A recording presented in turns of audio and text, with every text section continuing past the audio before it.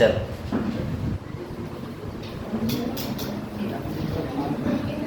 Ganesh Europe करेंगे। चलो भाई 2-3 एडिटोरियल है, पहले वो देखते हैं 10 मिनट में, फिर एग्जाम में। और आज आपको बताऊंगा मैं कि टेनिस के 4 खेले जाने वाले टूर्नामेंट जो होते हैं उनमें क्या खास होता है, क्या विशेष होता है। दिसंबर के करंट अफेयर करेंगे और इंटरनेशनल रिलेशन के सारे करंट अफेयर देखेंगे ऑलमोस्ट आज, ठीक है। कुछ योजनाएं भी हैं। चलो भाई शुरू कर देते हैं। खैर अब कई बार ईडी का जिक्र हो चुका है, मैं आपको बता भी चुका हूँ ईडी का है, लेकिन अभी वापस से ईडी जो है वो चर्चा में इसलिए है, सुप्रीम कोर्ट पर भारत में ये डिपेंड करता है कि वो किसी भी कानून के व्याख्यान करके जो भी अर्थ निकाले वही पूरे भारत में लागू होता है। ये तो आपको पता होगा कि सुप्रीम कोर्ट को कहते हैं final interpreter of the constitution. तो बेटा अभी ऐसा ही एक वाक्य देखने को मिला है कि सुप्रीम कोर्ट ने ईडी की पावर्स का विस्तार एक और तरीके से कर दिया। तो आप कहेंगे कैसे कर दिया, तो मामला समझिएगा। मामला ये है कि सुप्रीम कोर्ट की जज है, उनका नाम है जस्टिस बेला त्रिवेदी। क्या नाम है बेटा? जस्टिस बेला त्रिवेदी के पास में मामला जाता है किस चीज का? तमिलनाडु में ऐसे कहते हैं सैंड माइनिंग। आपने देखा होगा कि कभी जो भी रास्ते में बैलगाड़ी देखी है उस पर इतनी सारी जो रेत आती है, क्या आपने उत्तर प्रदेश में रेत निकालना अलाउड है? तो कहाँ से ले आते हैं? सुबह सुबह नदी से ले आते हैं। अच्छा सुबह 4 बजे 5 बजे जाकर के क्यों निकालते हैं? क्योंकि रोक लगी है ना इसमें खनन पे, तो ये सुबह सुबह बिना देखे निकाल देते हैं। फिर आपका फिर आपका जो घर बंदा होता है आपको 600-700 रुपए डेवलप के हिसाब से, 1500 रुपए डेवलप के हिसाब से दे देते हैं। यही तो करते हैं, है ना। लेकिन तमिलनाडु बड़े स्तर पर कर रहा है, ध्यान दीजिएगा। तमिलनाडु हाँ बंद कर दें, अभी ओपन कर देंगे, नहीं दम उठ जाएगा। देखो समझिए बात को, सामने देखो बेटा, सिंगल पेज का ये स्लिप कोई करेंगे वो।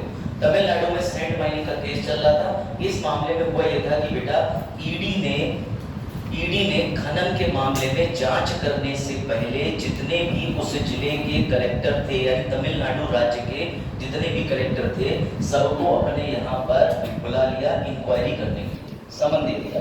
अब सबसे बड़ा सवाल ये हो गया कि जितने भी कलेक्टर थे उनकी तरफ से वकील साहब चले गए सुप्रीम कोर्ट में। उन्होंने पॉइंट ये रेज कर दिया कि ईडी के अंदर समन 2 प्रकार के लोगों को भेजा जाता है, या तो जो गवाह हो या तो जो अपराधी हो। तो जितने कलेक्टर हैं ना तो वो अपराधी हैं, ना तो भैया वो किसी प्रकार के गवाह हैं, और अगर हैं भी तो वो कार्रवाई के बाद में सिद्ध होगा ना, या पहले हो जाएगा। तो बेटा इस पर सुप्रीम कोर्ट की जो जज साहिबा हैं उन्होंने स्पष्ट तौर पे कह दिया कि ईडी चाहे तो किसी को भी समन दे सकती है किसी भी स्टेज पर, कोई भी उसकी इस शक्ति के अंदर हस्तक्षेप नहीं कर सकता। याद रखिएगा ये धारा चर्चा में रहेगी। धारा है 50, उसके अंदर उपधारा है 3, और जो अधिनियम है उसका नाम है prevention of money laundering act. ये ध्यान रखना बेटा। इसमें सुप्रीम कोर्ट ने ईडी की शक्तियों का विस्तार कर दिया। अब ईडी की बल्ले बल्ले, अब ईडी अगर समन देती भी है तो कोई टेंशन की बात नहीं है। क्यों? क्योंकि सुप्रीम कोर्ट का निर्णय आप जानते हैं पूरे भारत में लागू होता है। तो अब ये ध्यान दीजिएगा। लेकिन एक उल्टा भी मामला हो गया, एक की जमानत हो गई, पता चला किसकी? हाँ संजय, आगे के पीछे करते हैं ऐसा नाम लोग तुम। चलो 6 माह से जेल के अंदर बनते आम आदमी पार्टी। हाँ ये कह रहे हैं 6 महीने का जेल में रहने वाले का ऐसे ही नाम दिया जाता है। अब समझिएगा भारत की न्याय प्रणाली ये कहती है कि कोई व्यक्ति आजीवन जेल में रहा हो, जब तक दोष सिद्ध न हो जाए वो दोषी नहीं। ठीक है, तो इसका आंसर रेक्टिफाई आप नहीं कह सकते। चलो आगे ध्यान दीजिएगा बेटा।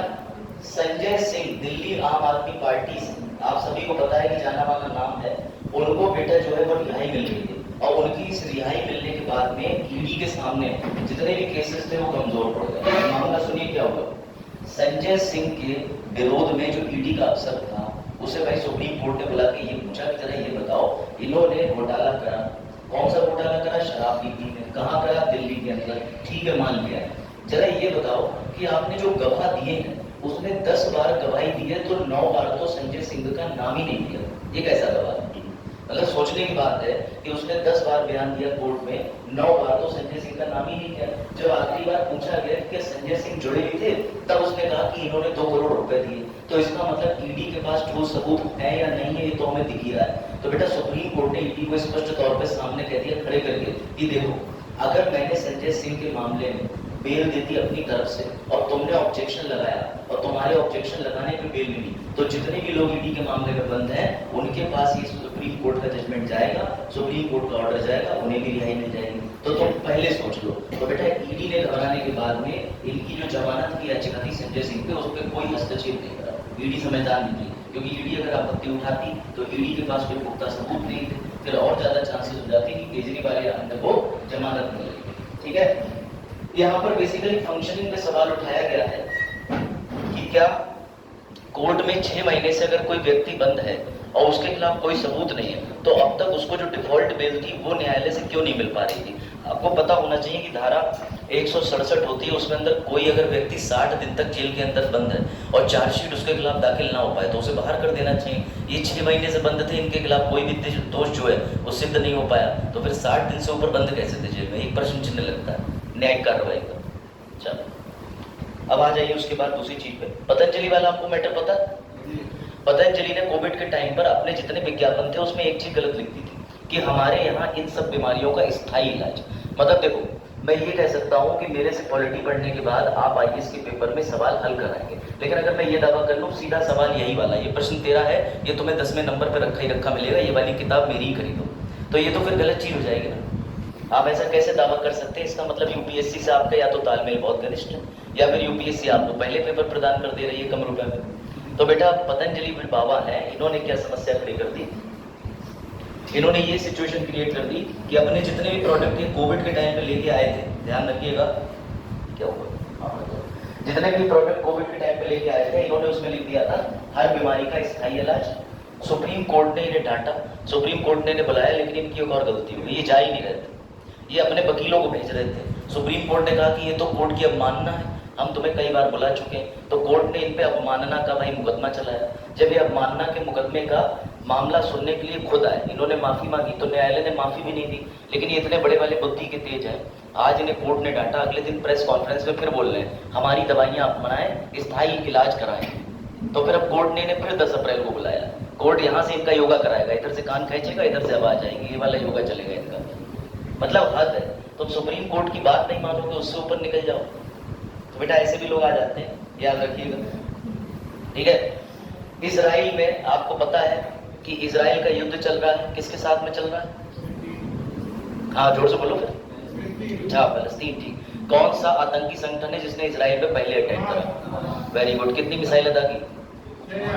5000, 6000, 1000 बढ़ा दी। तुम्हारे हिसाब से इजराइल के दूध चले तो हो गया साहब। अब अभी क्या है, परसों फिर से इजराइल ने, आपको पता होना चाहिए कि गाजा पट्टी और सीरिया वगैरह के क्षेत्र में हमला कर दिया। इसने गाजा पट्टी के पास में सबसे बड़ा अल शिफा जो हॉस्पिटल था वो भी उड़ा दिया इसने। ठीक है, अब उड़ाने के पीछे कारण क्या दे रहे हैं? ये कह रहे हैं कि भैया जो भी है इनके अटैक हम पे पहले हुए थे, अब हम रिटेलिएट कर रहे हैं। अब प्रॉब्लम ये आ रही है इजराइल के अंदर, इस बात को ध्यान से समझिए कि इजराइल का धीरे धीरे जो भी बिल्डिंग गिरी है और जो भी आसपास का इंफ्रास्ट्रक्चर डैमेज हुआ है उसे बनाने के लिए मजदूर चाहिए। और इंडिया में आईएलओ की रिपोर्ट आई है कि 100 में से 65.7% लोग यानी 65.7% तो बेरोजगार है, और हमारे यहाँ अनऑर्गेनाइज सेक्टर में लोगों की भागीदारी बहुत है। खैर ये अलग का मुद्दा है। अब मजे की बात सुनिए, तो इजराइल के भैया बेंजामिन नेतान्याहू मोदी जी को फोन करके कहते हैं कि देखो लेबर चाहिए हमें, और जबकि इंडिया के विदेश मंत्रालय से अभी मुश्किल से इस लेबर की मांग से 2 दिन पूर्व एक नोटिस जारी होता है, उसमें ये लिखा हुआ है कि इजराइल में वर्तमान में यात्रा करना, जाना, पढ़ाई करना या रुकना आपके स्वास्थ्य के लिए बहुत हानिकारक है। इजराइल में आपके ऊपर आतंकवादी हमला हो सकता है, आप इजराइल के युद्ध में भैया मर सकते हैं। सीधी बात समझिएगा। एक तरफ इंडिया का विदेश जो मंत्रालय है वो ये कह रहा है कि तुम वहां जाओगे तुम पे हमला हो सकता है, लेकिन फिर भी इंडिया ने 64 मजदूर उत्तर प्रदेश और हरियाणा से भेज दिए। तो बेटा द हिंदू के अंदर ये आर्टिकल जो है ये मानवता पे प्रश्न चिन्ह लगाता है कि क्या मजदूर जो है क्या उनका कोई जीवन नहीं है? उन्हें जरूरत पड़ी तो तुमने राजनीतिक संबंध बनाने के लिए उठा के फेंक दिया वहां। और एक और समस्या, जब विदेश मंत्रालय से वकीलों ने, मीडिया ने पूछा कि आपने ये मजदूर क्यों भेज दिए, आप तो मना कर रहे हो, तो विदेश मंत्रालय ने साफ कह दिया ये हमारा आंतरिक मामला है, या बाहर मामला हम निपट लेंगे तुम। मतलब कोई स्पष्टीकरण नहीं। आपको क्या लगता है? फिलहाल मेरा इसके साथ में स्टैटिक प्रश्न है, भारत के किस प्रदेश में सबसे ज्यादा लेबर उपलब्ध है? कितने लोग बिहार कह रहे हैं? बिहार ही होगा कैसे कह सकते? यूपी है। मजाक का आंसर चाहिए।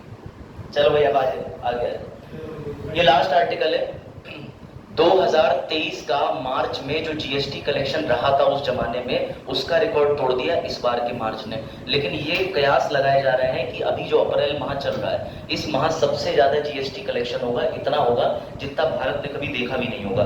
2 लाख करोड़ से ज्यादा जीएसटी की उम्मीद लगाई जा रही है। इससे एक फायदा होगा, भारत के राजस्व के अंदर आपको देखने को मिलेगा कि भैया पैसा ज्यादा आ रहा। अब ऐसे में है, हाँ बिल्कुल सही कह रहे हो, माइक्रो स्मॉल और मीडियम सेक्टर के बारे में। अब सुनिए यहाँ पर ध्यान से, बड़ा अच्छी चीज, ये जीएसटी और बाकी चीजों से जो पैसा आ रहा है, इसमें द हिंदू ने अपनी तरफ से सुझाव दिया है। किसको दिया है? तो भैया इंडिया के अंदर जो हमारा क्या है, फाइनेंस मिनिस्ट्री, ठीक है, वित्त मंत्रालय को सुझाव दिए हैं कि ये जो जीएसटी आ रहा है, इसकी जो दरें हैं तुमने बना रखी है 0, 5, 12, 18, 24, इसको सरल कर दो, सरलीकरण कर दो। दूसरा उन्होंने सुझाव दिया है कि पेट्रोल और इलेक्ट्रिसिटी को जीएसटी के दायरे में ले आओ, अभी पेट्रोल और इलेक्ट्रिसिटी जीएसटी के दायरे में नहीं है। तीसरी चीज उन्होंने ये कहा है कि भैया इंश्योरेंस को जीएसटी से बाहर कर दो।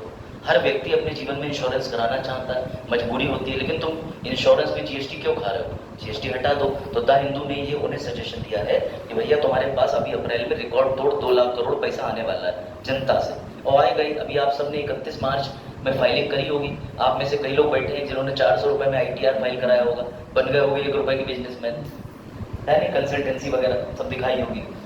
तो याद रखिएगा ऐसी चीजें होती रहती हैं। खैर अभी लास्ट चीज और है, सुरक्षा परिषद के अंदर अभी तक अमेरिका किसी भी प्रकार से कोई वोटिंग नहीं कर रहा था। जब इजराइल का मुद्दा आ रहा था, ये आ रहा था कि इजराइल के अंदर युद्ध विराम लग जाना चाहिए। युद्ध विराम को अंग्रेजी में सीज फायर कहते हैं। अमेरिका अपने आप को बचा के चल रहा था, लेकिन अमेरिका में नवंबर में चुनाव होने, तो अमेरिका ने अपनी औकात दिखा दी। अब अमेरिका ने बेटा क्या करा, इजराइल के विरुद्ध वोट कर दिया, अपना वीटो यूज करके साफ कह दिया कि हाँ सीज फायर होना चाहिए। तो इसका इतना विरोध हो रहा है कि बेंजामिन नेतान्याहू ने अपनी 2 दिवसीय अमेरिकी यात्रा कैंसिल कर ली।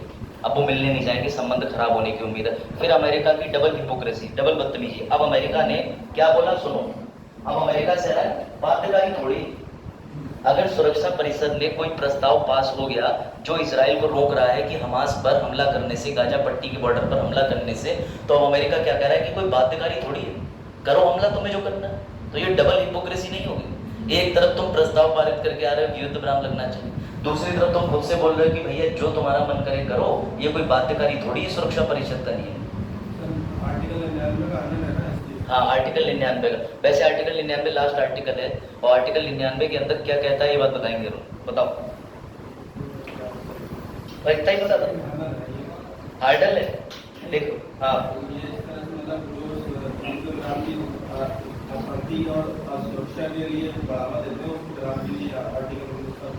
बिल्कुल आप ठीक बात करें। गुड, खाली बजाती क्लैप बजा, लेकिन क्लैप तो ठीक बजाई बजा। चलो भैया जाओ बाकी क्वेश्चन पे। इंपॉर्टेंट एडिटोरियल की मैं लाया करूंगा, ठीक है। बाकी आप लोग पढ़ सकते हैं, न्यूज़पेपर को थोड़ा पढ़ा करिए, जरूरी नहीं है ना पढ़े। इसके अलावा आप हिंदी न्यूज़पेपर पढ़िए, आपको ऐसी संबंधित न्यूज मिल जाएगी। चलो अब आ जाओ, बताइए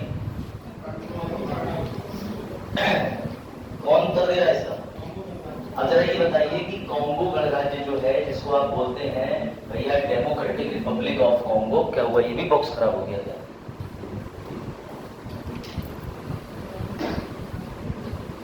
अब खराब हुआ तो क्या दिक्कत, स्मार्ट बोर्ड तो आ ही गया, 1-2 दिन और चल जाओ, उसके बाद खराब हो जाना। ऊपर से तो केबल, मेरे हिसाब से केबल की दिक्कत कर रही होगी ऊपर से, क्योंकि बॉक्स बरेली में भी कहाँ से बैठे। चलो बताइए भाई, यहाँ पर पहली महिला प्रधानमंत्री, देखो कॉन्गो के और भारत के अंदर एक समानता है, समझ के चलिए।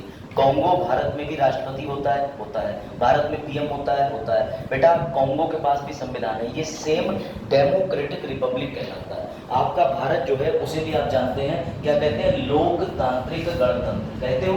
तो बेटा याद रखना, कॉन्गो की भी जो पूरी व्यवस्था है कॉन्स्टिट्यूशन चलाने की, वो सेम इंडिया की तरह है। लेकिन पहली बार ऐसा देखने को मिला है कि कॉन्गो गणराज्य में कोई महिला प्रधानमंत्री बनी है, ऐसा पहली बार हुआ। अभी मैं दिखा रहा हूँ, महिला तो कैसे नहीं करनी करनी, सम्मान है उनका। तो बेटा उनका नाम है जुडिथ समिनवा तुलुका।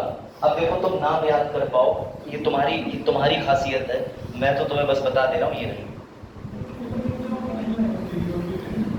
देखिए मर्यादा में रहिए, किम योंग जोंग की बात मत करिए। लेकिन बेटा ये जरूर है मैं ये बेट लगा सकता हूँ कि जो महिला पहली बार बनती है ना इस तरीके से, उनसे संबंधित क्वेश्चन बन जाते हैं। ऐसे क्वेश्चन पीसीएस भी उठा लेता है, ये ध्यान रखिएगा। तो क्या नाम है इनका? जुडिथ सुमिलवा दुलुका। ये बेटा डेमोक्रेटिक रिपब्लिक कांगो की पहली महिला प्रधानमंत्री बनी है, ठीक है। चलिए चाहिए बताइए, एक अफ्रीकी देश है युगांडा।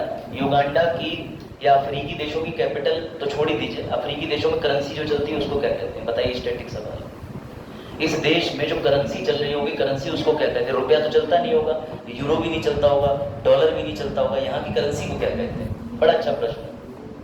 हाँ, फिर मैं आपको कांगो के बारे में एक और फैक्ट बताता हूँ। विश्व में दूसरा सबसे गरीब देश है। हाँ भाई बताओ, पीछे नहीं पता? बेटा शिलिंग कहते हैं, SHILLING, शिलिंग करेंसी का नाम है, याद रखिएगा। ये जो DR कॉन्गो है, डेमोक्रेटिक रिपब्लिक कॉन्गो, ये पूरे विश्व में दूसरा सबसे गरीब देश है। अब पहला कौन सा, कोई बताएगा? चलो हाँ बेटा, जरा राष्ट्रपति को भी देख लीजिए। ये है इनके राष्ट्रपति। इनके राष्ट्रपति साहब ने इनको पद ग्रहण करवाया है भैया। इनका नाम है फेलिक्स, ठीक है, शिकेदी जो भी है। तो इन्होंने किसको पद ग्रहण करवाया है? तो भैया जुडिथ सुमिलवा दुलुका को। ये तथ्य मत भूलिएगा। कौन है वहां के राष्ट्रपति इस समय? तो भैया ये है फेलिक्स शिकेदी, जो भी नाम है भैया, मैं लिख लाया हूँ, मुझे भी नहीं प्रोनाउंस कर मिल रहा। ये आधा था और साथ ऊपर पता नहीं इसको क्या पढ़ते हैं, सिस्केदी पढ़ते हैं या सिकेदी पढ़ते हैं या जिकेदी पढ़ते हैं, पता नहीं क्या पढ़ते हैं, ठीक है। फिलहाल इनका फोटो देख लीजिए, सुंदर है, ध्यान रखिए। लिखा, नाम लिख लिया इनका। याद रखिएगा जुडिथ से पहले, जो पीएम थे उनका नाम जीन था, तो ये भी जे से बने इस बार, और पहले से जीन था, ये भी याद रख सकते हो। कई बार पहले वालों का नाम पूछ लेता है, वैसे तो इंपॉर्टेंट वर्तमान वाले ही होते हैं, ठीक है। लिखा, चलो भैया ये आ जाओ। अब इस जगह की देखिए क्या हुआ। एक बार इस केबल को निकाल के पीछे से बजा, आप आइए, आप भी स्लीपर्स पहने होंगे। एक बार केबल हटा करके दोबारा लगाइए। दिख रहा, आप कष्ट कर दीजिए, केबल वहां से निकाल के ना एक बार लगाइए, नहीं तो स्मार्ट बोर्ड ओपन कर लेते हैं। हाँ, एक बार यही लगा दीजिए वापस, और बिल्कुल आराम से लगाइए, ज्यादा बिना बल दिए। हाँ, ऊपर से देखिए प्रॉब्लम है, नीचे से तो बॉक्स नहीं। धन्यवाद बजा, शुक्रिया, ठीक है। बेटा डेमोक्रेटिक रिपब्लिक कांगो जो है वो विश्व में कई केवल गई है। दोबारा चढ़ेंगे आप, पुनः प्रयास करेंगे। बाजार में तरीका बता रहा हूँ, रुक जाओ तरीका बता रहा हूँ। इस केबल को ऐसे बॉक्स के ऊपर से लेके आइएगा, लेकिन उतर जाइए। रुक जाओ, आप क्या कर रहे हो? अरे नहीं, रुक जाओ, आपकी बार हिलेगी तब। अरे रुक जाओ भैया, ये जाएगा। ये केबल शॉर्ट है, जब हिलेगा तब आपकी आवश्यकता पड़ेगी, उतर जाइए। बाजार आर्मी में सब कुछ होता है ऑर्डर। अगर उन्होंने कहा कि स्टैंड ईज, तो तुम पता चला स्टैंड ईज हो, 2 बार हो गए। चलो याद रखिएगा, डेमोक्रेटिक रिपब्लिक कांगो जो है वो पूरे विश्व में दूसरा सबसे गरीब देश है। पहला कौन है ये मुझे आप बताएंगे, ठीक है। अफ्रीकन देश ही है पहला, साउथ सुडान, वेरी गुड। यही सबसे पहले साउथ सुडान जो है वो संयुक्त राष्ट्र में जुड़ने वाला 193वां देश है, वर्ष 2011 में। अब बाजार जड़ों में तरीका बता रहा हूँ। अब रुक जाओ, पहले बिना किसी चीज को टच करे तो। हाँ, इसको बाहर ऊपर से निकालोगे, बिल्कुल ऐसे करो। अब लगा दो, पीछे प्लग इन कर दो। लग रहा है प्रोजेक्टर के अलावा स्मार्ट स्क्रीन की मांग तेज हो गई है, बिगड़ गया। हाँ, लगा दीजिए उसको, और बिल्कुल भी हिलाना मत, ज्यादा डुलाना मत, ये बिल्कुल। ये वायर जो है इसको थोड़ा सा इधर करिए, बस। अब ये यहाँ तक आएगा नहीं, मुझे बनाना पड़ेगा। बस हाथ है भाई, वो इतना कम कर रहे हैं ये लोग। हाँ लगाइए,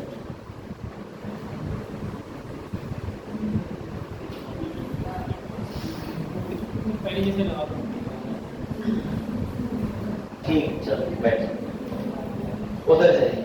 चलिए भाई, इसका उत्तर दीजिए। भारत में रक्षा इस बार भारत ने डिफेंस पर कितना कितना कितना कितना एक्सपोर्ट पे कितना, भैया बताइए, रक्षा निर्यात कितना रहा?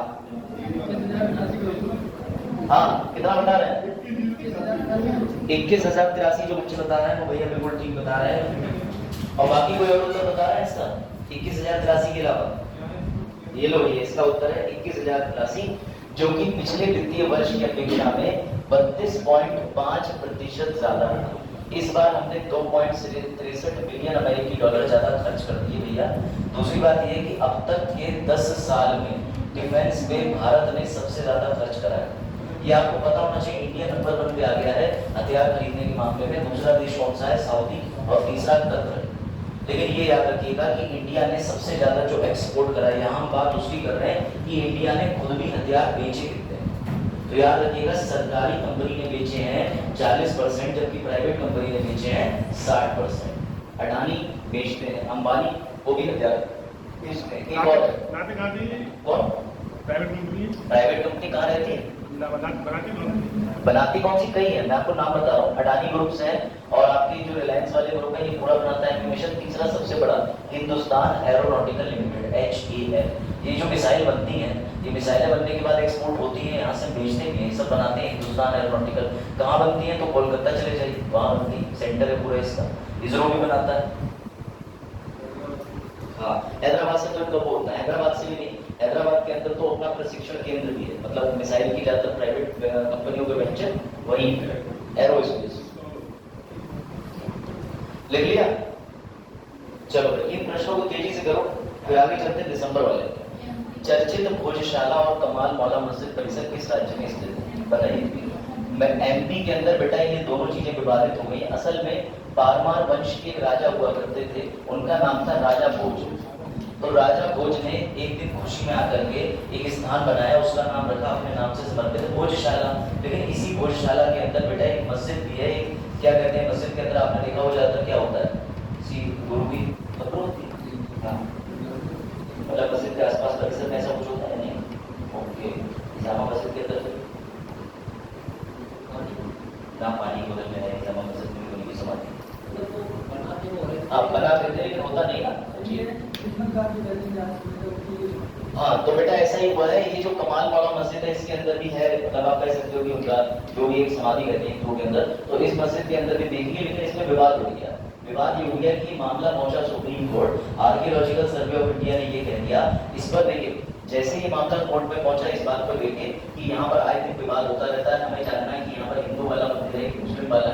तो सुप्रीम कोर्ट में दूसरे पक्ष ने कहा कि रोक लगा दो, इससे भैया हिंसा बढ़ेगी। तो सुप्रीम कोर्ट का क्या कहना है वो सुनिए। सुप्रीम कोर्ट कह रहा है भाड़ में गई हिंसा, जो चीज सही है उसे खोद के निकालो। सुप्रीम कोर्ट ने किसी प्रकार की कोई रोक नहीं लगाई। उसने आर्कियोलॉजिकल सर्वे को सीधे सीधे कह दिया है, जाओ जो तुम्हें करना है, एक्सकैवेशन करना है करो, कोई नहीं रोका।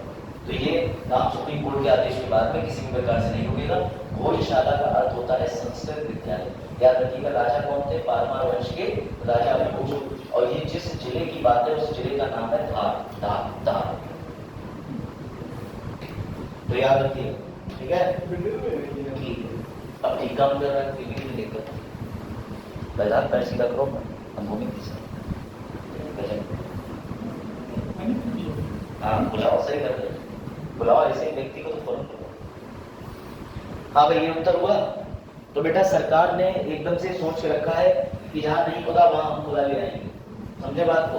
सरकार इसी मकसद में निकल रही है। और इन सब चीजों को चुनाव के समय क्यों करा जा रहा है, ये उम्मीद है IAS के एस्पिरेंट समझते होंगे बहुत बेहतर। हाँ, अब ये इनका उत्तर मैं बता रहा हूँ। लेकिन सर ये जरूरी भी तो है, सांस्कृतिक और पारंपरिक रूप से जो चीजें निकल रही है उनको लाकर के पृथ्वी के सामने रखते हैं। इलेक्शन कमीशन की बात कर रहा हूँ, उन्होंने डेडलाइन दी है, मतलब भी दिया है कि आप किसी भी हिंदू मजहब या मुस्लिम मजहब का वर्ड का भी प्रयोग नहीं करेंगे अपनी सभाओं में। बिल्कुल सही बात है। तो बेटा ये ध्यान रखिएगा, वो बिल्कुल भी नहीं करेंगे। लेकिन आप किस रंग के कपड़े पहन के जाएंगे वो अपने आप बयान रखिएगा। चलिए, अच्छा भारतीय पुरातत्व विभाग की बात कर ले रहे हैं, तो जरा ध्यान दे दीजिए। आपको पता है कि भारतीय पुरातत्व विभाग जो है वो किस मंत्रालय के अधीन आता है? बताओ। Very good. जो भी यहाँ पे कल्चरल मिनिस्ट्री की बात कर रहे हैं तो फटाक से कल्चरल मिनिस्ट्री के मंत्री जी का नाम लिख लो और देख लो। पहली बात तो सच बता रहा हूँ, इनको आज जीवन में आप पहली बार ही देख रहे होंगे, आपको ये तक नहीं पता होगा कि कल्चरल मिनिस्ट्री के अंदर कोई मंत्री होता भी है। तो देख लो, जो ये कह रहे हैं कि मुझे पता ना चले, इससे पूर्व वाले का नाम बता दो। सर जी ज्ञान नहीं होनी पड़ेगी, है तो अपने पास क्या है? ज्ञान कृष्णपाल।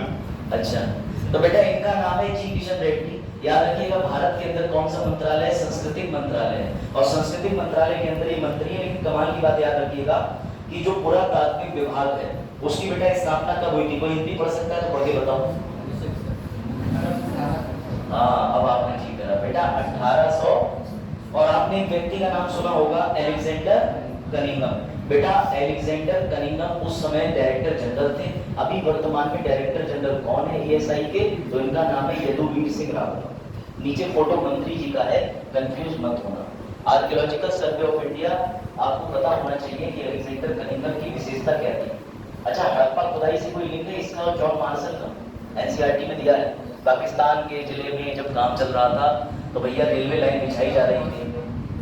बढ़िया, आपने ये वाली स्टोरी एनसीईआरटी बहुत बढ़िया वर्णन किया हुआ है।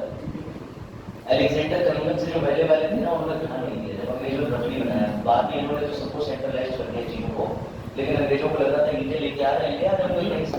जब बाद में खुदाई करने के आदेश दिए, आप है ना दयाराम साहनी, इनको तो पता चला वहां पर क्या निकल आया।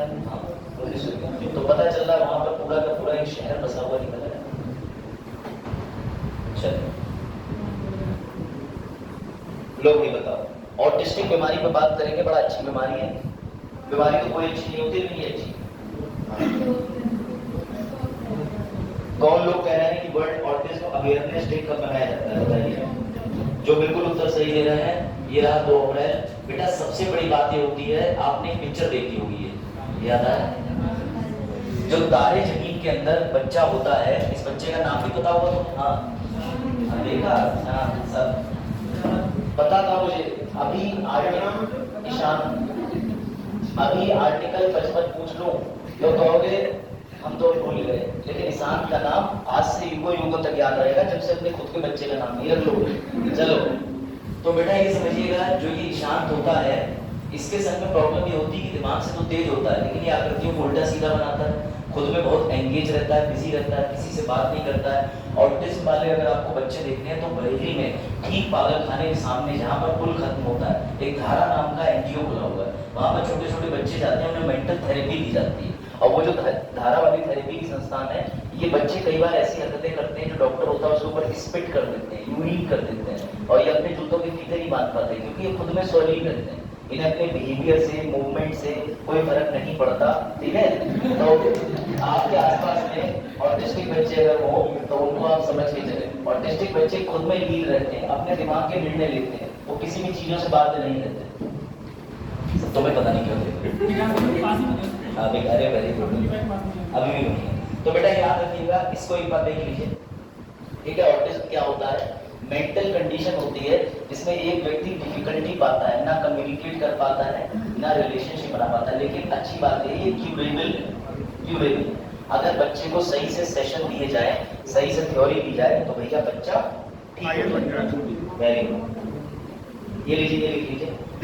अब आपके दिमाग में आ रहा होगा ये ऑटिज्म डे सबसे पहली बार कब मनाया गया?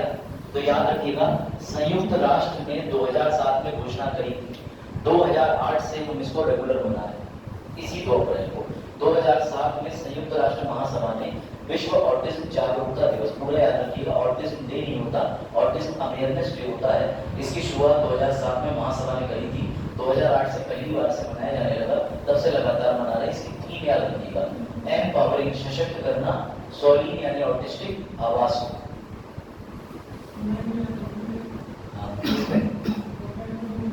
2 अप्रैल जिस व्यक्ति ने इस ऑटिस्टिक डिसऑर्डर के बारे में खोजा था, सबसे पहली बात तो उसी के ऊपर, उसी एक्सपेरिमेंटल सारी चीजों में अपनी जिंदगी में लगी, जैसे ब्रेल वाला सिद्धांत है लिखा, लिख लिया। चलो, ऑटिस्टिक की बात हो, चलिए इसका उत्तर दीजिए। ये बड़ा अच्छा है, बताओ। यूएनओ। अच्छा, WHO। यूएनओ। इसका उत्तर है WHO। अब जरा ये बताओ, ये कोविनेट क्या है? ठीक है, अब अभी आपने एक और सुना होगा कि कोविड का एक और वायरस फ्लरिश हो रहा था आसपास में, किसी ने सुना कि नहीं सुना? नहीं सुना? चलो, मैं बता रहा हूँ, आपको ध्यान दीजिएगा।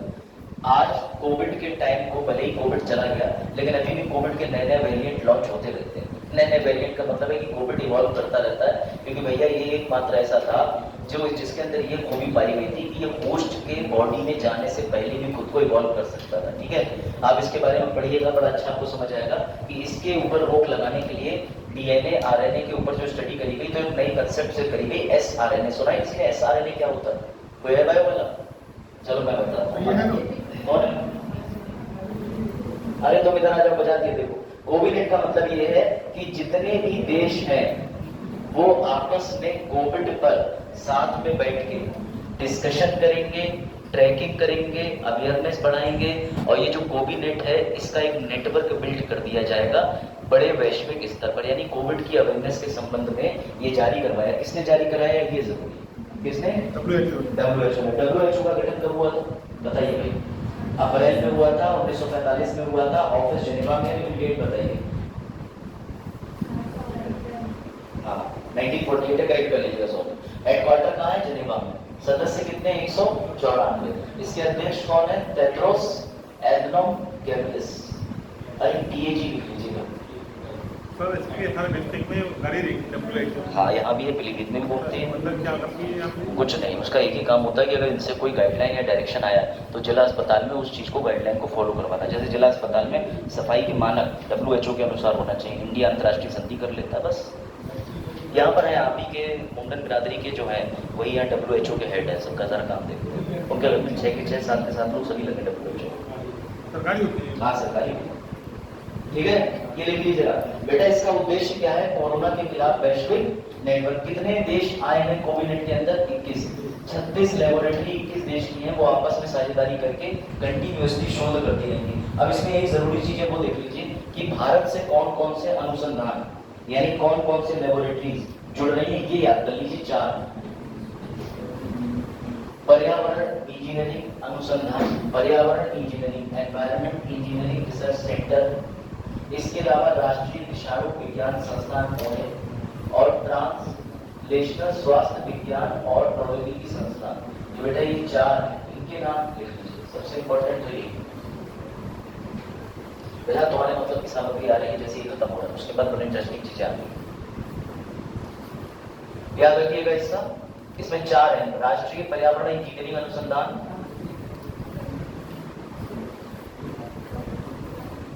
राष्ट्रीय विषाणु मतलब वायरस, जीवाणु। ठीक है,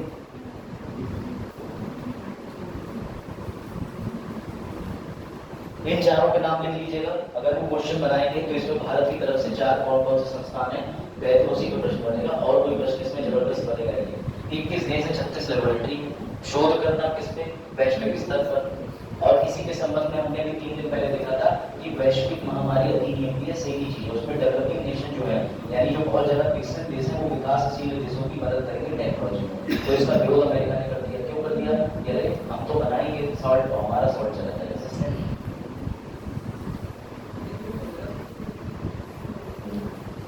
लिख लिए 4 बता। अगला प्रश्न का उत्तर बचा तुम देना, तुम्हारे लिए अगला प्रश्न स्पेशल। ठीक है, चलो लिख लो आराम से। लिख लिए 4 ना?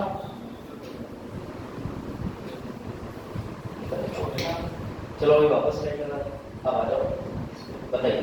लो भाई बेटा बताओ, राष्ट्रीय पुरुष खो खो चैंपियनशिप का खिताब किस राज्य ने जीता है? खो खो तो खेला होगा ना सबने, शायद यहाँ कोई ऐसा हो जिसे खो खो ना पता हो।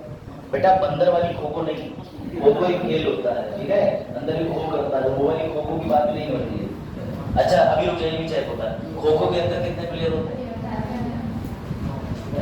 राजकीय चैंपियन से बढ़ गए हैं। ठीक बता रहे। अब ये बताओ, खो खो चैंपियनशिप का खिताब किस राज्य ने जीता है? ये फ्रेंडली मैच कंडक्ट कराया गया था। जो लोग महाराष्ट्र कह रहे हैं बिल्कुल बेटा ठीक कह रहे हैं, याद रखिएगा। गुजरात में? हाँ अरे बेटा याद रखिएगा, भारत में खो खो खेल का आयोजन कौन कराता है? तो इसके लिए ये ध्यान रखिए, खो खो महासंघ जिसकी स्थापना कब हुई थी? 1900 पढ़ो ध्यान से 1955 में। बेटा भारतीय खो खो महासंघ के अध्यक्ष कौन है? सुधांशु मित्तल। ये मत भूलना। और बेटा विजेता दोनों वर्ग में यानी पुरुष में और महिला में दोनों में महाराष्ट्र का है। हाँ, उसमें उप विजेता यानी महाराष्ट्र ने किसको हराया तो भैया रेलवे। अब आपको ये रेलवे क्या है तो अलग अलग तरीके की जगह की जोनल टीम बनती है, जैसे राष्ट्रीय प्राधिकरण की टीम बनती है अलग आती है। आ जाओ सुनिए, रेलवे की टीम अलग बनती है आगे,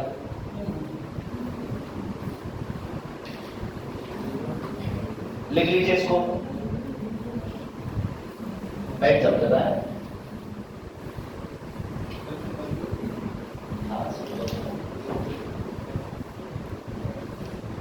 महासंघ अध्यक्ष का नाम सुधांशु मित्तल, लिखा सुधांशु मित्तल,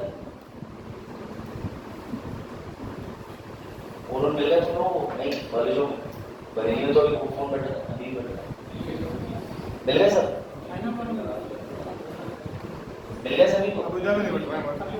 अभ्युदय में तो स्वामी विवेकानंद योजना लागू कहाँ करी जिसके 4000 करोड़ रुपए आया हुआ है टैबलेट वितरण के लिए, 4000 करोड़ रुपए उत्तर प्रदेश के बजट के अंदर। सर तो आप बजट को बताना चाहते हैं, कुछ बता दीजिए ना, ये कड़ा करता है बता, एक कागज होता है 10 रुपए के स्टाम्प फाइल होता है।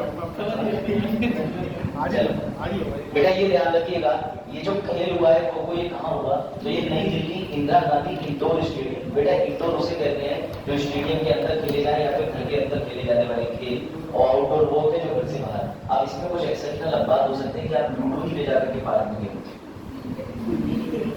ठीक है। तो याद रखिएगा 56वां नेशनल खो खो चैंपियनशिप था। कौन से नंबर का था 56वां,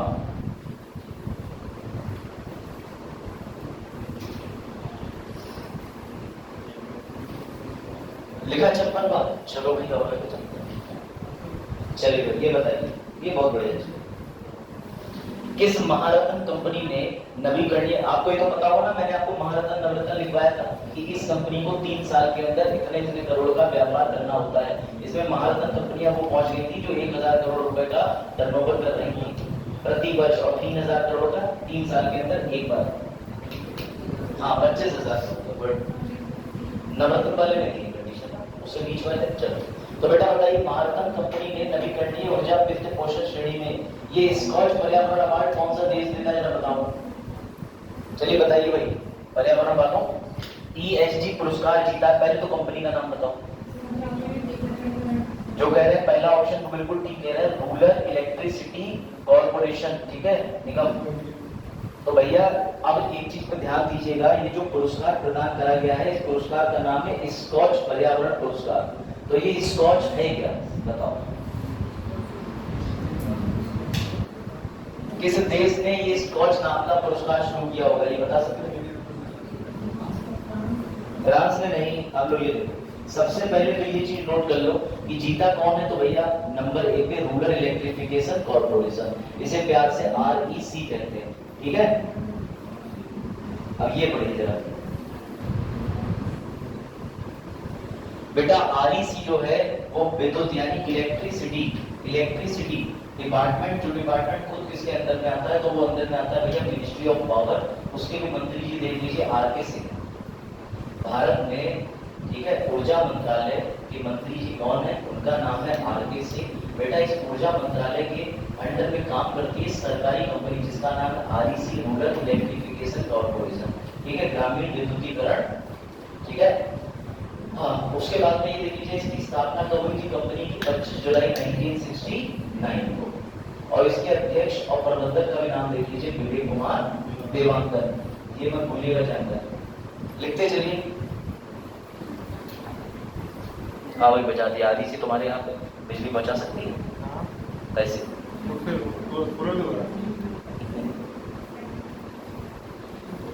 चलो लिख लिया? हाँ, अरे बस 1-2 प्रश्न और, उसके बाद बोलिए खत्म। मुझे भी एनर्जी लेवल तुम लोगों का डाउन हो जाए, मुझे अपना भी लगता है कुछ नया चेंज लाना चाहिए। बट चलो लेके आ रहे हैं, अभी आज ही एक्सपेरिमेंट कर देते हैं।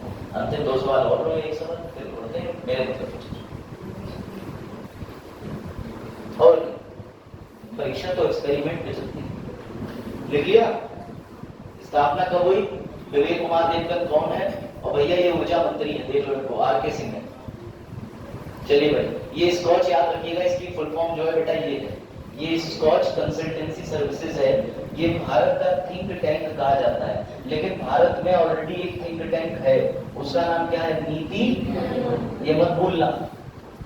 इसे भी कहा जाता है भारतीय प्रमुख भारतीय थिंक टैंक है भैया, ये भी ध्यान रखना। स्कॉच, ठीक है। चलो बताओ लास्ट प्रश्न, फिर दूसरे सेगमेंट पे चलते हैं। इसका उत्तर और दें। किस स्थान पर पहला tri service common defence station बनाया जा रहा है? बताओ। अब ये ट्राई सर्विस क्या होता है बताओ? Very good. अगर भारत में इमरजेंसी पड़ती है तो भैया अभी एयरफोर्स स्टेशन अंबाला से उड़ेगी, नेवी उड़ेगी विशाखापट्टनम के पास से। और दूसरी बात ये है हमारे पास जो थल सेना है, हाँ नेवी चलेगी भैया पानी जब उड़ेगी तो चल देगी बस। अब ध्यान दीजिएगा जो थल सेना है वो कैसे पहुंचेगी स्थल में बात। लो सर हेलीकॉप्टर तो वायुसेना का आके लाएगी तो हाँ बहुत बढ़िया, तुम समझ। इसका उत्तर दीजिए फटाफट। इसका उत्तर बेटा क्या है? मुंबई के अंदर हमें ऐसा कॉमन स्टेशन बना रहे हैं जहां तीनों अलग अलग सेनाएं आपस में इकट्ठी एक साथ रहेंगी और इमरजेंसी पड़ने में तीनों को वहीं से ऑपरेट कर दिया जाएगा। ये करने वाला भारत पहला नहीं है, इससे पहले अमेरिका ऐसा कर चुकी है, लेकिन भैया इंडिया इस कदम पे बहुत तेजी से आगे जा रहा है। ये नाम याद कर लीजिए। भारत के आर्मी की चीफ कौन है? मनोज पांडे। नौसेना चीफ प्रमुख राधा कृष्णन हरि कुमार और एयर चीफ। चलिए बताइए सब सीडीएस जो सेकंड है वो कौन से है और पहले सीडीएस जो शहीद होगा उनका नाम क्या है? हाँ पहले वाला तो सबको पता है, दूसरे वाला बताइए, है ना? चलिए ये और बताइए फिर चेंज कर दीजिए। पेरिस ओलंपिक के लिए क्वालिफाई करने वाली एकमात्र भारतीय भारोत्तोलक कौन है? मीराबाई चानू जो है, अभी इन्होंने एक बड़ा अच्छा कीर्तिमान ये रच दिया बेटा। ये देखिए पहली बात तो मीराबाई चानू को देख लीजिए, इंडिया वेट लिफ्टर है, ठीक है। इन्होंने क्या करा, थाईलैंड के फुकेट में एक आयोजित हुआ था, ठीक है, अंतरराष्ट्रीय वेट लिफ्टिंग फेडरेशन की तरफ से एक ग्रुप बी में ये तीसरा स्थान पा गई है। और ऐसा करने वाली आप मान के चलिए दूसरी भारतीय हो जाएंगी, क्योंकि एनसीईआरटी में एक चैप्टर है कर्णम मल्लेश्वरी के बारे में, आपने पढ़ा इसी में, सुना है? अभी तक वो एकमात्र ऐसी थी जो जाकर के ओलंपिक्स में पदक जीत करके आई थी, लेकिन उनका जो पदक था आई नजर के कांस्य में लिखा है, ये कांस्य पदक था, याद रखिएगा। लेकिन मीराबाई चानू जो है अब इस ओलंपिक को खेलने के लिए जो 2024 में पेरिस में होगा उसमें क्वालिफाई कर रही है। आप देखते हैं ये कर्णम मल्लेश्वरी की तरह जीत के लाती है कोई मेडल या फिर उससे ऊपर जाती है क्या करती है, क्योंकि उन्होंने तो कांस्य पदक जीत ही लिया। अब हो सकता है 2 करोड़ की गोल्ड लिया, ठीक है। याद रखिएगा मीराबाई चानू को मेजर ध्यानचंद खेल 2018 और पद्मश्री 2018 में मिल चुका है, ठीक है। चलो भाई ये तो हो गए क्वेश्चंस अलग अलग। हाँ भाई बेटा तुमने आज प्रश्न नहीं पूछा।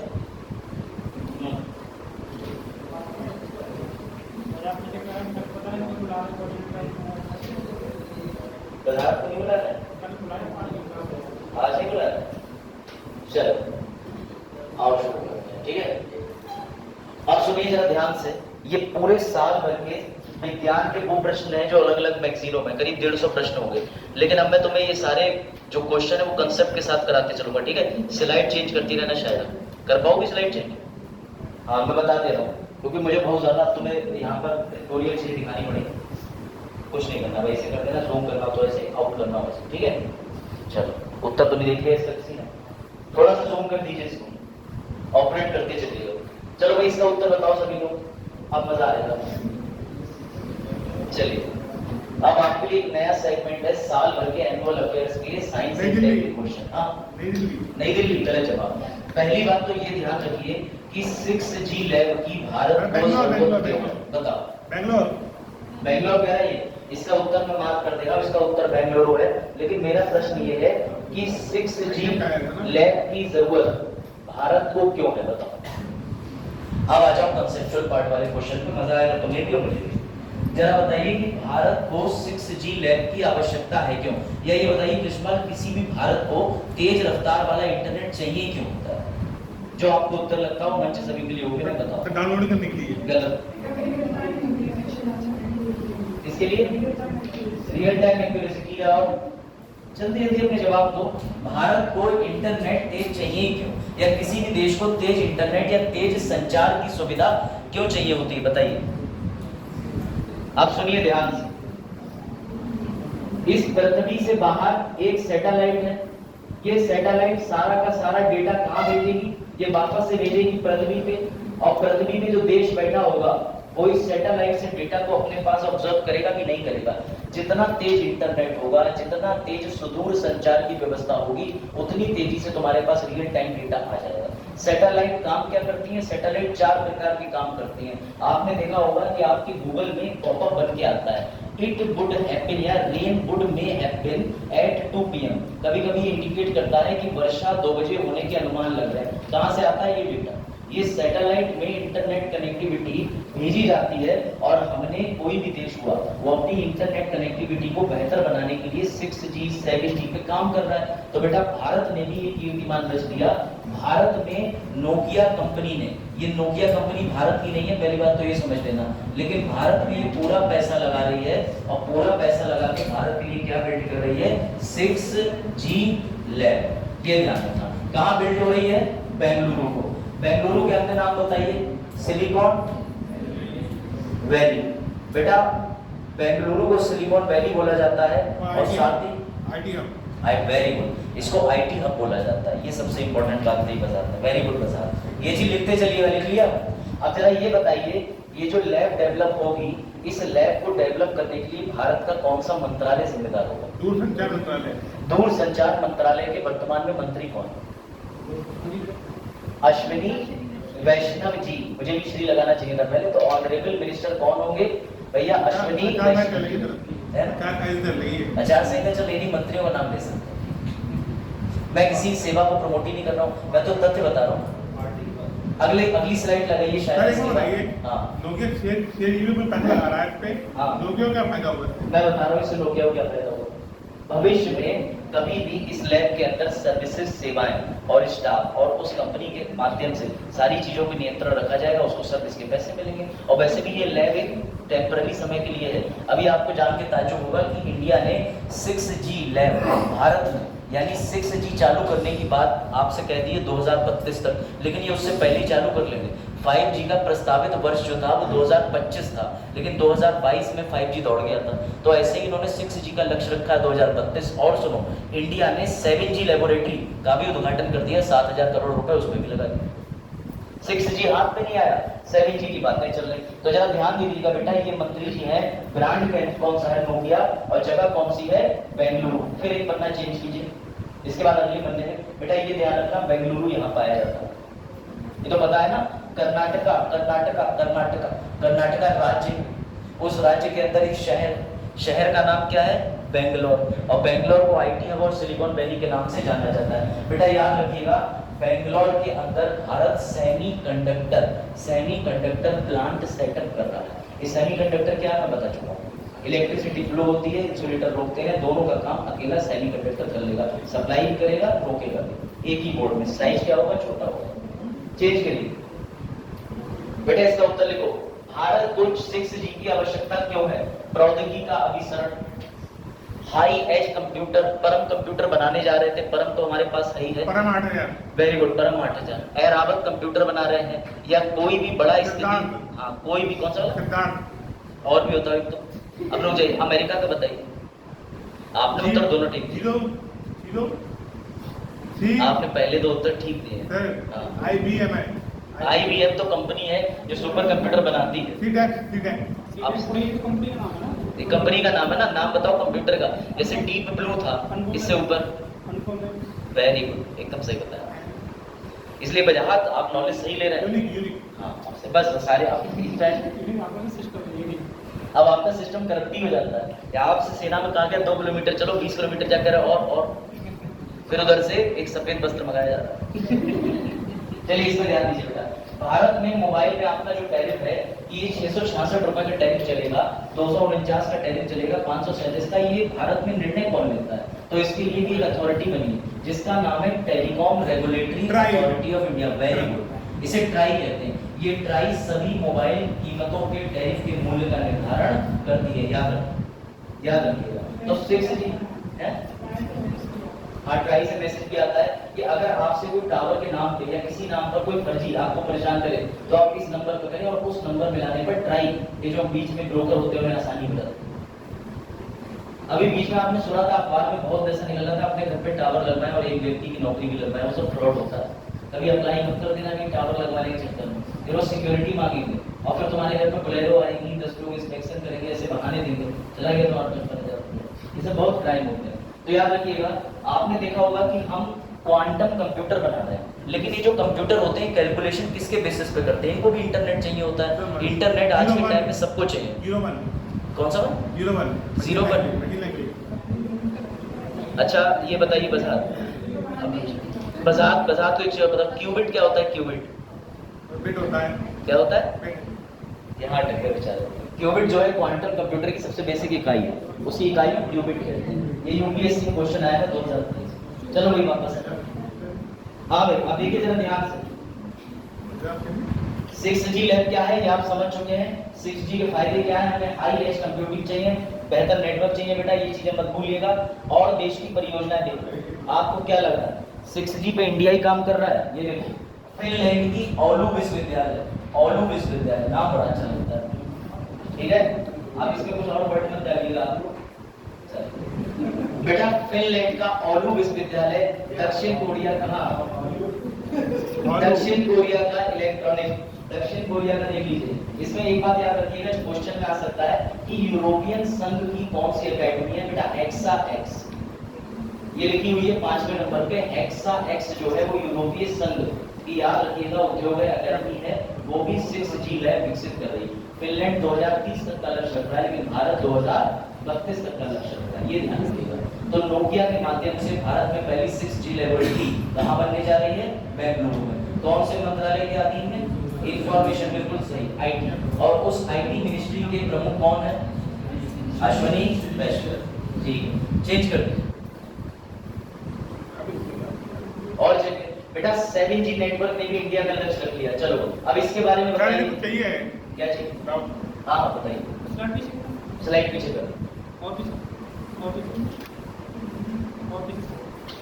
और पीछे बस ये वाला लिख लेना, ले लीजिए। हाँ ब्लिंक कर लीजिए। तो बेटा याद रखिएगा हमें 6G की आवश्यकता क्यों है? Industry, high edge computing, internet of things और कुछ देखिए वैसा है ना, आपके जितने भी साइंस एंड टेक के प्रश्न है आपको उसमें ज्यादा आनंद आएगा। क्यों? क्योंकि आपके साइंस एंड टेक के बेसिक बिल्कुल ही गायब है, तो नया सीखने को मिलेगा। मजाक नहीं इसमें। इसका उत्तर दीजिए बेटा। बीजिंगम अंतरराष्ट्रीय बंदरगाह कहाँ प्रारंभ हुआ? ये बड़ा अच्छा प्रश्न है, क्योंकि इसमें अडानी ग्रुप का 70% पैसा लगा है, 70%। अब तुम जान के चौंकोगे कि अडानी इसको बनाना क्यों चाह रहा है, और इस बंदरगाह पे आने वाला सबसे पहला चीन का जहाज कौन सा है और वो लेके क्या है? तो याद रखिएगा ये जो बीजिंगम अंतरराष्ट्रीय बंदरगाह है बेटा, ये प्रारंभ हो रहा है केरल, और केरल के उपास में ये कार्गो वाला बन रहा है। साथ ही याद रखिएगा, बहुत अच्छी चीज आपको एक बताता हूँ, आपको ये कैसे पता चलता है कि किसी देश का कोई कार्गो सामान आ रहा है? तो इस पेटी के अंदर उस देश का सामान होगा, बड़े बड़े बॉक्सेस होते हैं और कार्गो बोलते हैं। कैसे पता चलता है? नंबरिंग होती है, नंबरिंग होती है, बिलिंग होती है, लेकिन हर देश का कार्गो कलर होता है।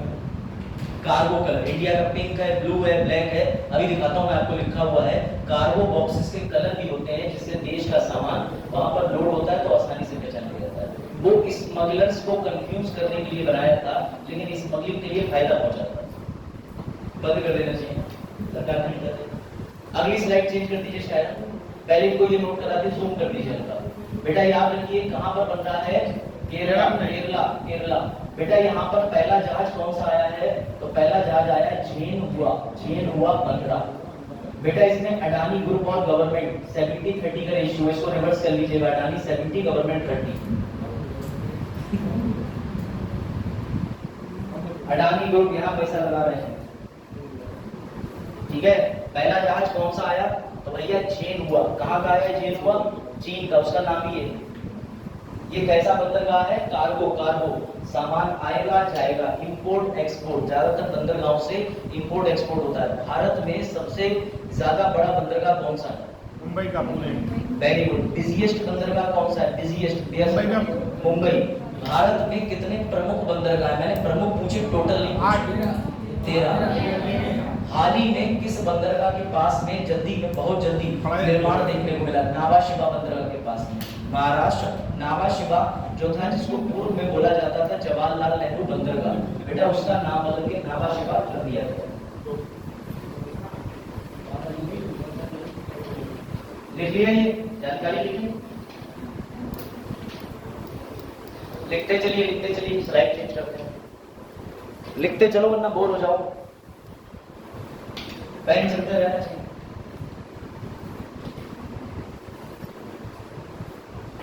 लिखा? ये देखिए, ये होते हैं कार्गो बॉक्सेस की तरह, ठीक है। अब इसमें एक चीज याद रखिएगा, ये जो कोड बनाया है बेटा, इसमें किसकी हिस्सेदारी है? एक तो सरकार की है, इसका नाम है विजिंगम अंतरराष्ट्रीय सी पोर्ट लिमिटेड, सरकारी संस्था। बेटा दूसरा कौन है? अडानी। कौन बनवा रहा है? Government of Kerala. बेटा ये जो हार्बर बंदरगाह है, ये सभी मौसम में काम करेगा। अब ऐसा भी नहीं कि तूफान आ जाए समुद्री, लेकिन फर्क इतना है कि दिन रात हर जगह पर काम करेगा। इसमें 10 बर्थ बनाए गए हैं, यानी 10 शिप एक बार में आकर के लोड हो सकते हैं, सामान ला सकते हैं, सामान उतार सकते हैं, ठीक है। ये याद रखिएगा। कितनी मीटर गहराई पर यहाँ पर जो भी ये बंदरगाह बनाया गया है, तो ये 24 मीटर 79 फीट गहराई पर बनाया गया है। अब ये स्टार्टिंग में बंदरगाह की गहराई जो होती है, वो शिप को लाने के लिए, रोकने के लिए होती है। बाद में तो समुद्र की गहराई सी लेवल पे आपको पता अलग ही होती है, ठीक है। तो ये इंफॉर्मेशन नोट कर ली। चलिए भाई आगे बढ़ते हैं। बताओ, ये कमाल की चीज आई निकल, बताओ। साथ ही साइंस के स्टूडेंट ये बताएंगे कि बर्ड फ्लू को क्या बोलते हैं, साइंटिफिक कैसे लिखते हैं? H1N1 या H5N1? H5N1 इसी का है word. Bird flu sir, bird flu. बेटा इसका उत्तर दीजिए। Bird flu. जो लोग इसका उत्तर दे रहे हैं बर्ड फ्लू, आपको जान के ताज्जुब होगा कि एक विश्व पशु स्वास्थ्य संगठन है, उसने आपको धोखा दे दिया। बोले धोखा कैसे दे दिया सर? तो बेटा इसमें जरा एक लाइन पढ़ना, जो अंडरलाइन है, क्या लिखा है कि देश में, देश में क्या चीज मुक्त हो गया? बर्ड फ्लू हो गया, भारत में नहीं है। लो जरा रुको,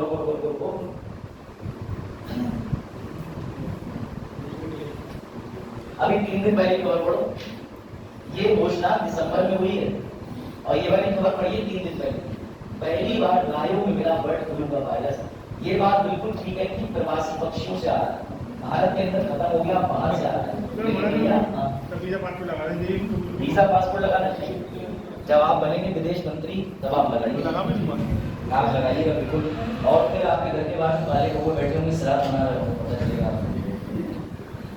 चलिए इसके बारे में लिख लीजिए। इसका उत्तर है H5N1 बर्ड फ्लू। अब देखिए और जानकारी इसमें आपके लिए उपलब्ध है, इसको भी नोट करिए। भारत चेचक मुक्त कब हुआ था? स्मॉल पॉक्स मुक्त 1977 लिखा हुआ है, नोट करते चलिए बेटा। भारत में स्मॉल पॉक्स चेचक से मुक्त कब हुआ? 1977। पोलियो से 2014। अभी रिसेंटली भारत दिसंबर 2023 में रूबेला से मुक्त हो गया। और साथ में 2 देश और हैं, पहला भूटान है, दूसरा है तिमोर लेस्टे। ये भी याद रखिएगा, रूबेला वायरस से फ्री हो गए।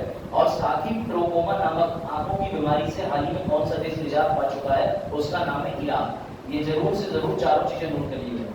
इंडिया में किससे हम लोग मुक्त हो गए? तो भैया बर्ड फ्लू H5N1।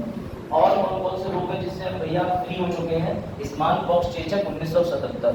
पोलियो 3 प्रकार का होता है, तीनों से फ्री हो गए 2014। रूबेला भूटान और तिमोर लेस्टे, ट्रोकोमा ईरान। ये भी साथ में लिख लीजिएगा, ये डिफरेंट फ्री होने के प्रोग्राम्स की बात हो रही है। ट्रोकोमा अभी रिसेंटली 2023 इराक हुआ, इराकों से संबंधित रोग,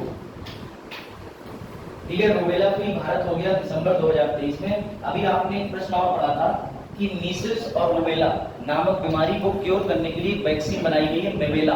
दोनों बीमारियों के नाम जोड़ के मेवेला, वो किसने विकसित करी है भारत के अंदर? तो भैया भारत इंस्टीट्यूट ने, जिसने वो बनाई थी कोविड वैक्सीन की डोज बनाई थी। लिख लिया? चलिए ये जान लीजिए बेटा। विश्व पशु स्वास्थ्य संगठन कहाँ है? पेरिस, फ्रांस में। कितने सदस्य हैं? 183। इसकी स्थापना भी लिख लीजिएगा। 25 जनवरी 1924, ये जरूर लिख लीजिए। विश्व पशु स्वास्थ्य संगठन मुख्यालय Paris, Paris, Paris, France.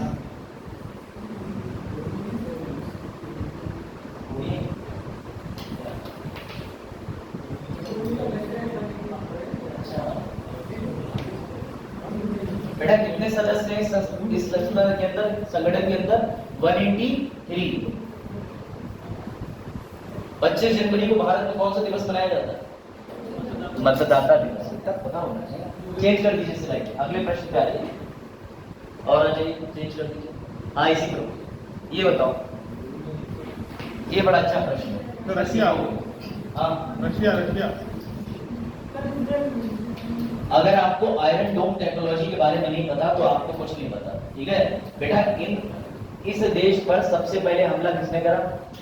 Hamas ने। हमास कौन सा संगठन है? आतंकी। बेटा मजे की बात ये सुनिए, हमास ने इजराइल पर 1 नहीं, 2 नहीं, 3 नहीं, कितनी मिसाइलें दागी थी? 5000 मिसाइलों से भी इजराइल का कुछ नहीं बिगड़ पाया, क्योंकि इजराइल के पास है इंटरसेप्टर एयर डिफेंस सिस्टम।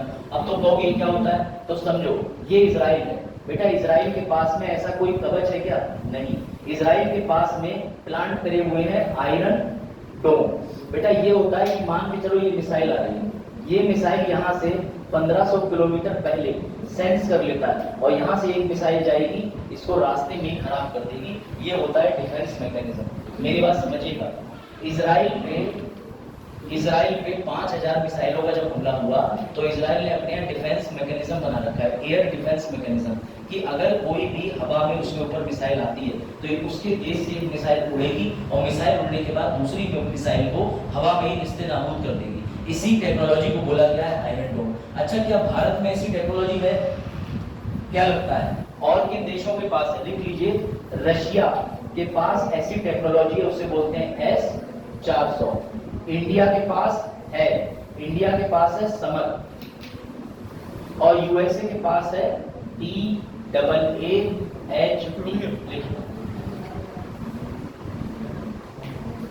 देखो ये कितनी सीधा है। कौन सी?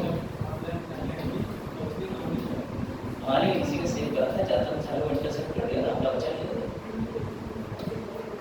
एंटी बैलिस्टिक मिसाइल से ऐसे रहते हैं कि एंटी बैलिस्टिक मिसाइल ऑप्टिमिकल दो चीजों के 5000 किलोमीटर की ये short range surface to air missile ये काम दूरी में मार देती है। बैलिस्टिक देखिए उसके भी अंदर कैटेगरी है, जैसे बैलिस्टिक का आपको पता है कि एक द्वीप से दूसरे द्वीप के बीच 5000 किलोमीटर तक की दूरी वाली बता देता है। ये शॉर्ट रेंज मिसाइल है। अभी आगे नहीं, इसमें परीक्षा होता है तो इतनी उन्होंने उन्नत बनाई है टेक्नोलॉजी। आधारिक दुनिया सारी बैलिस्टिक मिसाइल के साथ में वो लोग कंफ्यूज करने के लिए कई सारी छोटी छोटी मिसाइल कॉन्फ्रेंस में छोड़ देते हैं, लेकिन ऐसा नहीं कि नहीं आते रडार का सवाल। ये रडार डिपेंड करता है कि आपका रडार कितना उन्नत है। चलिए लिखा तो बेटा इंडिया के पास ऐसी टेक्नोलॉजी है क्या? इंडिया के पास कौन सी है? समर। अमेरिका के पास ताड़, रशिया के पास S-400। याद रखना। तो आयरन डोम टेक्नोलॉजी, स्लाइड चेंज कर दीजिए और चेंज कर दीजिए। ये नोट करिए फटाफट।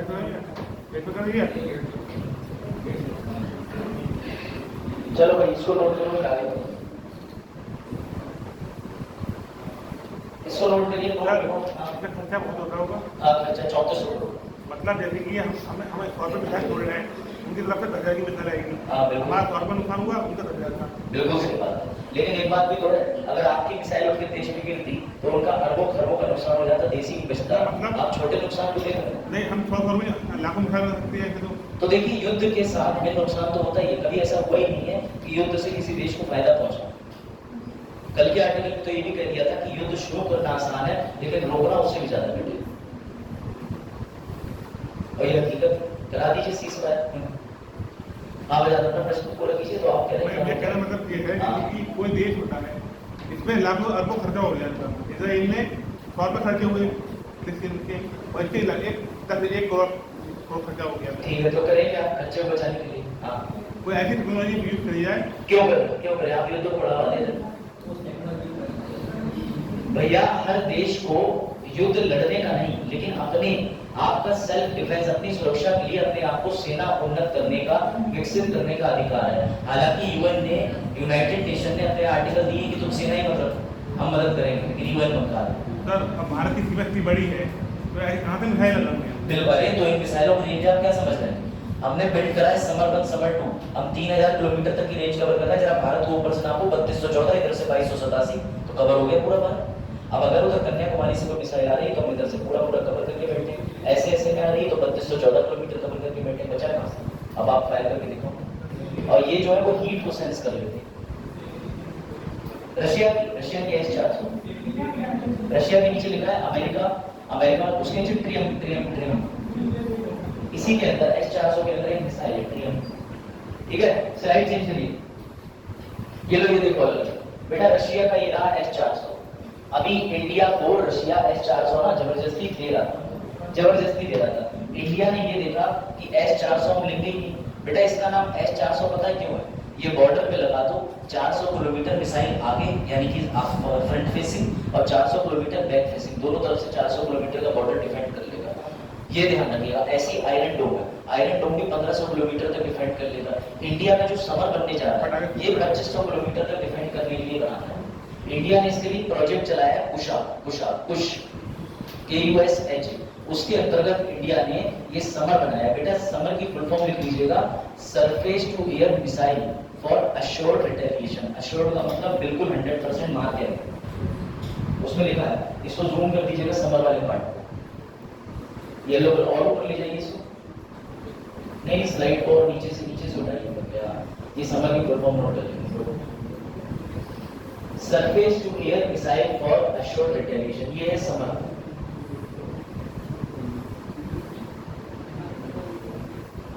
अभी हमारे पास में लो है 10 से 12 किलोमीटर, तो हमने प्रोजेक्ट कुशा बनाया है। प्रोजेक्ट कुशा में ले जाएंगे 1500-2000 किलोमीटर। अभी अमेरिका में थार भी दिखाते हैं हाई एल्टीट्यूड पर, वो भी इस स्लाइड में जस्ट बात है। ये करने वाले, बनाने वाले सिर्फ अभी इतने देश हैं, अमेरिका, इजराइल, इंडिया, रशिया, बाकी देशों के पास नहीं है। ये अपनी सुरक्षा कर लो सीमाओं की। बेटा इसे इंटरसेप्टर मिसाइल बोला जाता है, यानी कि इसे बोलते हैं प्रतिरोधक मिसाइल। जो आपके देश के खिलाफ मिसाइल छोड़ेगा, आप बदले में जवाबी कार्रवाई में ये मिसाइल खुद ही लॉन्च हो जाती है खतरे को माप के। लेकिन एक समस्या है, इनका परीक्षण करना बहुत जरूरी था, इन्हें बताना बहुत जरूरी था। पता चला फ्लाइट आ रही है देश के ऊपर से, अब वो पैसेंजर फ्लाइट को उड़ा, तो ये इतनी टेक्नोलॉजी को उन्नत बनाई जाती है। किया जाएगा अपने फ्लाइट को आगे, ये तो मुझे नहीं पता, इतिहास में ऐसी कोई घटना जरूर हुई। मुझे बोइंग विमानबारी पता है जो है। चलिए चेंज कर दीजिए, नेक्स्ट क्वेश्चन। ये दिखा दिए लोग, और चेंज कर दीजिए स्लाइड। ये देखो बेटा, ये आर है, DHEE, अमेरिका। ये सब इंटरमीडिएट रेंज बैलिस्टिक मिसाइल ही होती है। बेटा ये याद रखिएगा, अमेरिका हमें ये बेच रहा है, लेकिन हमने अमेरिका और रशिया दोनों से नहीं खरीदा, हमने खुद ही बना दिया। हमने कहा भाई तुम्हारी ये मिसाइल पड़ रही है 220 करोड़ की, हम बना ले रहे हैं 36 करोड़ में, तो 36 करोड़ रुपए खर्च करेंगे ना, पागल थोड़ी है। और सबसे बड़ी बात है कि इंडिया बनाने के बाद दूसरे देशों को कुछ बेच भी रहा है। इंडिया में MTCR नाम की संधि है, तो कोई भी मिसाइल वही बेच सकते हो 300 किलोमीटर के अंदर अंदर मारक क्षमता वाली। अगर तो 300 किलोमीटर से ज्यादा मारक क्षमता की मिसाइल बेचने के लिए सोच रहे तो MTCR की संधि को रोक लिखा कार्ड।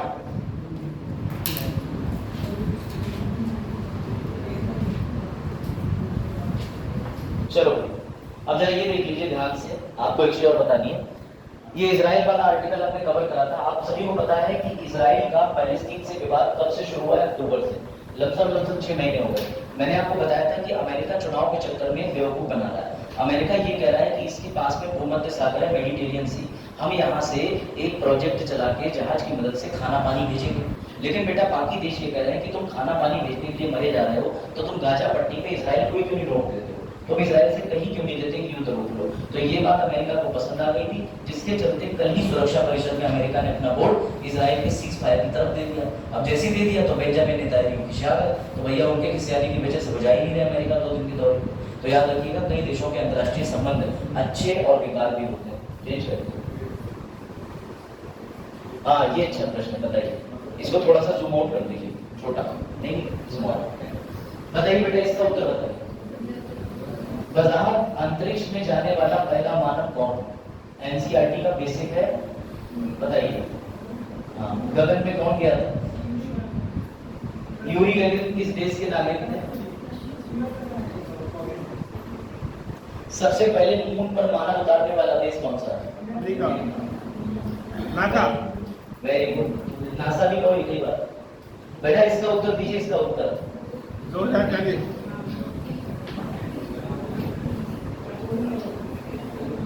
2035 तक कहां भेज देंगे हम, बताओ भैया।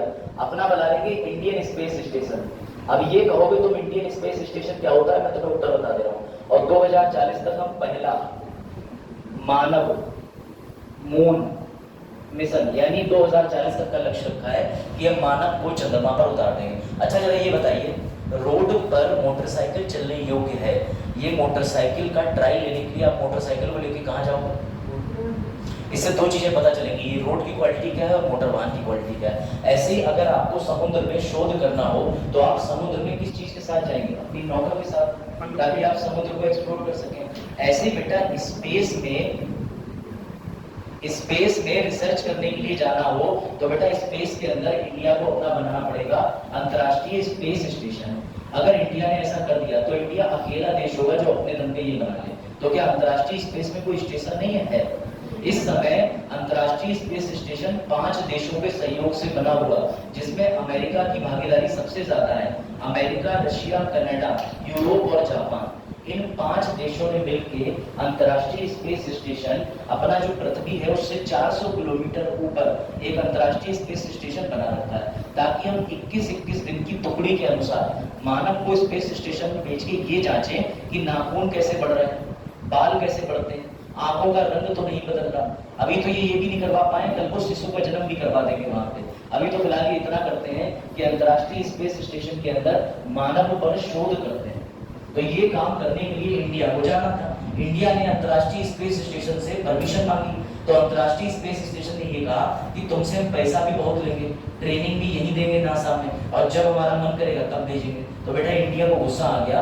अब इंडिया ने खुद ही लक्ष्य रख दिया कि 2035 तक हम अपना खुद का स्वदेशी क्या बना देंगे, स्टेशन। अभी इंडिया के पास में कोई खुद का स्पेस स्टेशन नहीं है। पहला स्पेस स्टेशन कब बना था? 1998 में। किन देशों के सहयोग से? 5 देशों के सहयोग से, America, Russia, Europe, Japan, Canada.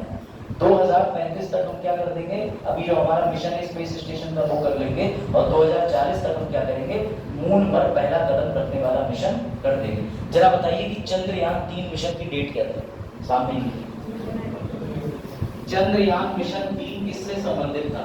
चंद्रमा के साउथ सदर पोल को स्टडी करने के लिए। बेटा ये जो चंद्रयान मिशन 3 था, ये इतनी बड़ी सक्सेस रही है कि हमने 23 अगस्त को, जिस दिन ये सही ऑर्बिट में सही कक्ष में लैंड कर गया, हमने उस 23 अगस्त को माना है राष्ट्रीय अंतरिक्ष दिवस, नेशनल स्पेस डे।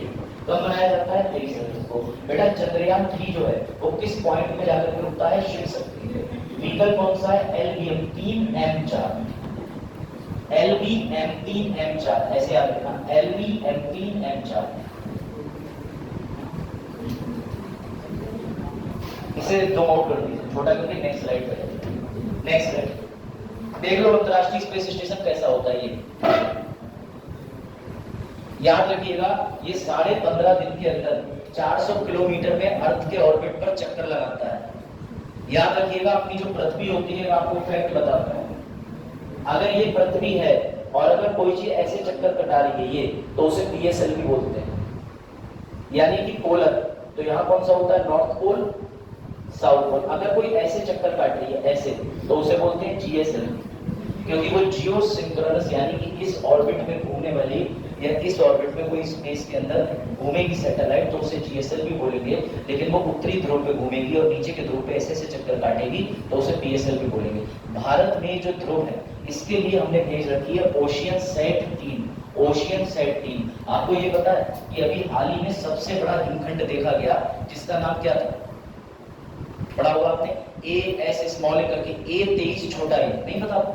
अभी हाल ही में सबसे बड़ा हिमखंड जो है बेटा A23 है। कहां से? एंटार्क्टिका। ये एंटार्क्टिका से टूटकर भारत की तरफ बढ़ रहा था। तो साइंटिस्टों ने कहा कि चिंता की बात नहीं है। क्यों? क्योंकि जब तक ये आगे आएगा तब तक ये पिघल चुका होगा, तो टेंशन की बात तो नहीं। लेकिन इसके बारे में पता कैसे चला? तो बेटा पता चलता है सैटेलाइट से, क्योंकि ये जो सैटेलाइट ऊपर होती है ये तुरंत ही आपको वार्निंग सिग्नल देती है कि बड़ा हिस्सा या कहीं पे किसी तरीके से कोई चीज टूटी है, क्रैक आया है, तूफान के संकेत है। तो इसलिए किसी भी देश को अपने सैटेलाइट पर पैसे खर्च करने का पूरा अधिकार है, ये ध्यान रखिएगा। अगर हम सैटेलाइट पे नहीं खर्च करेंगे तो हम डिजास्टर मैनेजमेंट करने में पीछे हो जाएंगे। सैटेलाइट से आज आप स्विगी वाले, जोमेटो वाले का जो व्यापार कर रहे हैं, ये किससे कर पा रहे हैं? सैटेलाइट की मदद से, वरना जीपीएस काम ही नहीं करेगा। आप घर में जो टीवी देख रहे हो जिसमें एंटीना नहीं लगा, वो सैटेलाइट की मदद से सिग्नल आता है। और तो और जियो ऑप्टिकल फाइबर एकमात्र पहला ऐसा ब्रांड है जो आपके घर में ब्रॉडबैंड भी सैटेलाइट से चलाने वाला है। ये अभी हाल ही का प्रश्न है, करंट सर स्पेस फोर्सेस बनने के इंडिया बना रहा है। कौन बना रहा है? Space forces India space forces हाँ बना रहा है। उसके बाद बन रही है सर। स्पेस फोर्सेस किस लिए बना रहा है? आप इस पे विचार मत कीजिए, पहले ये बताइए अभी तक किसी देश की स्पेस फोर्स है? नहीं सर। बस स्पेस फोर्स का मतलब कुछ नहीं, स्पेस फोर्स का मतलब स्पेस में अध्ययन के लिए, हमेशा जाने के लिए टुकड़ी जो तैयार रहेगी, ताकि हम उसमें कभी भी एक्सपेरिमेंट कर लें। अभी तो 3 भारतीयों के नाम बताइए जो स्पेस में जाने के लिए तैयार है। सर मतलब ये है स्पेस से मिसाइल डायरेक्ट दूसरे देश के ऊपर। नहीं, आप ये सब गलत कर सकते हैं। कहाँ पढ़ लिया? किस देश का पढ़ लिया भैया? मैंने तो ऐसा नहीं पढ़ा। ये देखो, अगर तुम्हें सेल्फी लेने का शौक है तो तुम्हारा शौक तुम्हें चांद तक ले जाएगा, लेकिन चांद पे तुम अपना फोटो भेज करके सारा माहौल खराब कर दोगे। बेटा जितने भी स्पेस स्टेशन के अंदर एस्ट्रोनॉट रहते हैं, पहली बात तो याद रखिएगा, भारत के जो एस्ट्रोनॉट होते हैं उन्हें एस्ट्रोनॉट नहीं कहते, भारत के कहते हैं बेयरनॉट्स, BIOMMNAUTS, हम लोग बेयरनॉट्स बोलते हैं। याद रखिएगा, ये लोग जब अंतर्राष्ट्रीय स्पेस स्टेशन पर होते हैं तो इनका एक पाइप टनल कनेक्टेड होता है जिससे ऑक्सीजन आती है। ये इस ऑक्सीजन के सहारे से, और ऊपर ग्रेविटी आपको पता है कि शून्य होती है, आप फ्री फ्लो होकर नाचेंगे। तो भैया ये जब ऐसे घूम रहे होते हैं तो अपनी सेल्फी लेके कई बार भेजते हैं, लाइव स्ट्रीमिंग कर देते हैं। आप अभी भी अगर डिस्कवरी चैनल पर डालेंगे कि स्पेस स्टेशन से लाइव, तो कोई ना कोई एस्ट्रोनॉट जो है वो अपना इंस्टाग्राम खोले बैठा होगा और दिखा रहा होगा, देखो मैं यहाँ वो कह रहा होगा भैया देखो, तो कह रही कि चांद लेके आना, पहुंच ही गया हूँ, बस सोने ही वाला हूँ चांद, एक मिशन और लगेगा, 5000 करोड़ रुपया लगेगा। समझ गए? वो कहाँ पर चांद को? पर जहां यहाँ पहुंचने के बाद भी तुरंत फोन मिला के कहेंगे कोऑर्डिनेटर सर को टैबलेट कब बढ़वा। मैं मुझे गला चल दूंगा टाइम पे। बेटा स्पेस में जाने वाला पहला जो मानव था उनका नाम था यूरी गगेरिन, 12 अप्रैल 1961 को स्पेस में गए। अच्छा एक बात बताओ, आपको एक चौंकाने वाला डरावना तथ्य बताऊं, अगर घबराओगे नहीं, किसी में हिम्मत है यहाँ पे अपनी यूरिन पीने का? भाई कुछ लोग कहते हैं गौमूत्र नहीं पीना चाहिए, अगर आप धोखे से है भाई, देखो बेयर गिल का तो छोड़ दो, ये बात बिल्कुल सत्य है। हाँ किस बात में प्रश्न आपने पूछा? हाँ बताइए। आप में से जितने भी लोग बैठे हुए हैं ना, अगर धोखे धाके से साइंस स्ट्रीम से साइंटिस्ट बन जाते हैं तो आपको जो स्पेस स्टेशन है हमारे इसरो, वहां जब ट्रेनिंग दी जाती तो आपको यूरिन पीनी पड़ती है, स्पेस के अंदर अपनी यूरिन को फिल्टर करके पीते हैं। हाँ अब देखो ये मोरारजी देसाई तक पहुंच गए हैं, अभी पतंजलि जो है वो भी यूरिन थेरेपी दे रहे हैं। तो मैं यूरिन की बात नहीं कर रहा कि आप उसे उस नजर से देख के गिना जाए, जहां जैसी नीड वैसा होता है। यहाँ पर ये लोग गोलियां खाते हैं और गोली खाने के बाद ताकि भूख कम लगे, नियंत्रण में रहे, ये लोग एक्सरसाइज करते हैं। इनकी वीडियो देखा करो, ये लोग ट्रेडमिल पे दौड़ते हुए वीडियो वायरल करते हैं। वहां पे टूथपेस्ट के अंदर ये लोग क्या करते हैं, अपना ब्रश लेके हवा उड़ रहा होगा, पेस्ट निकालेंगे, उड़ता हुआ जाएगा। बहुत टफ लाइफ होती है, बहुत टफ लाइफ होती है। मतलब इनके साथ परिस्थिति ये है कि ये वहां पर अगर पूप भी करते हैं, यानी कि जाकर के आप समझते हो इंडियन सिस्टम में सुबह सुबह फ्रेश होते हैं, तो बेटा उसको भी थैले में बांध के स्पेस के अंदर एक स्टेशन में डेब्रिस नाम का पूरा कक्ष होता है, वहां जमा करना होता है। तो पृथ्वी पे नीचे से दूसरा एक रॉकेट जाता है, वो रॉकेट इस सारे मटेरियल को अपने में इकट्ठा करके वापस पृथ्वी पे लेके डंप करता है। छोड़ दें? हैं? दे देंगे क्या बहुत है? हाँ बंद कर दो। हाँ बताओ क्या कह रहे हैं बाजार? अंतरिक्ष में छोड़ दें? अंतरिक्ष में? मुझे भेज देगा मंदिर में। अंतरिक्ष में छोड़ देंगे।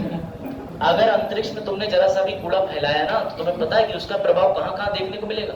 हमारा क्या? पता चला वही तुम्हारा पूप जो है वो शुद्र ग्रह में परिवर्तित होकर पृथ्वी की सीमा के अंदर आया और तुम्हारे घर पे गिरा बढ़ा। खैर समझिएगा, तो ये चीजें थोड़ा स्पेस के बारे में पढ़िएगा, आपको बड़ा इंटरेस्ट आएगा। चलो भाई अगले प्रश्न का उत्तर दो, ये बड़ा अच्छा प्रश्न, मजा आ जाएगा तुम्हें इस प्रश्न को सुनकर। अच्छा ये बताओ, मिशन गगनयान में किसको हम भेज रहे हैं? मनुष्य को। कहाँ भेजेंगे भैया? मून पर।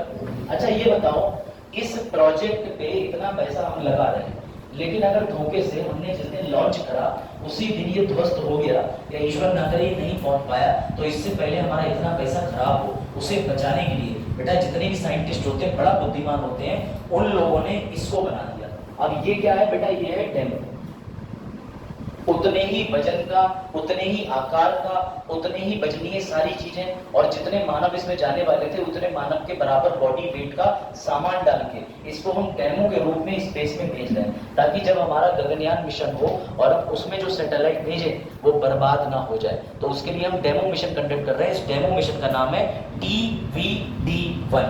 क्या नाम है? TVD-1। बेटा इसका उत्तर याद रखिएगा, मिशन गगनयान के, ये देखिए लिखा हुआ है, किस ग्रू स्केप मॉडल का सफल परीक्षण करा। इसको दिखा दे रहा हूं, ये देखो ये।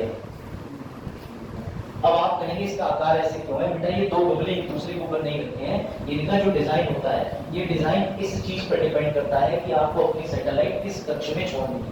अगर इनकी सैटेलाइट के डिजाइन में 19-20 का भी अंतर हो जाए तो तुम छोड़ना चाह रहे थे सिर्फ शक्ति पॉइंट पे, वो गिर जाएगा बेटा ओकेजन पदार्थ तक।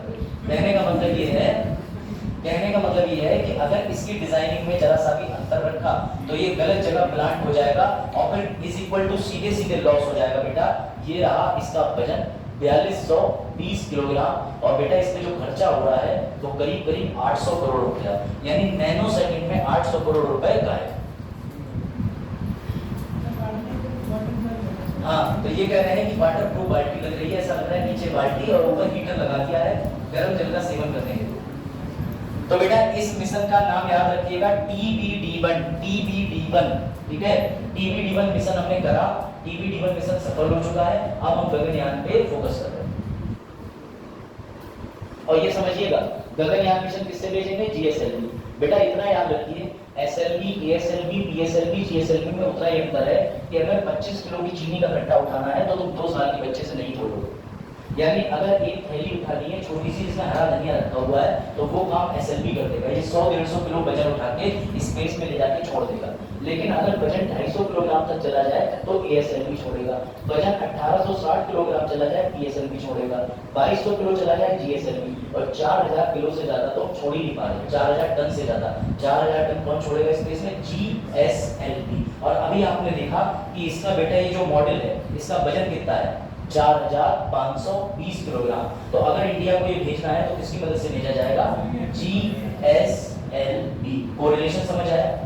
ये PSLV, ASLV क्या होते हैं? ये सिर्फ ज्यादा वजन के हिसाब से भेजने के लिए लॉन्चिंग व्हीकल्स होते हैं, ये ध्यान रखिएगा। ये बात आई समझ में? प्रश्न बदल दीजिए। हाँ ये बदल, ये बड़ा अच्छा बदल।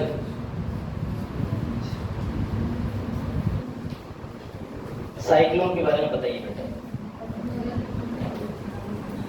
हाँ कौन सा? बिचौंग।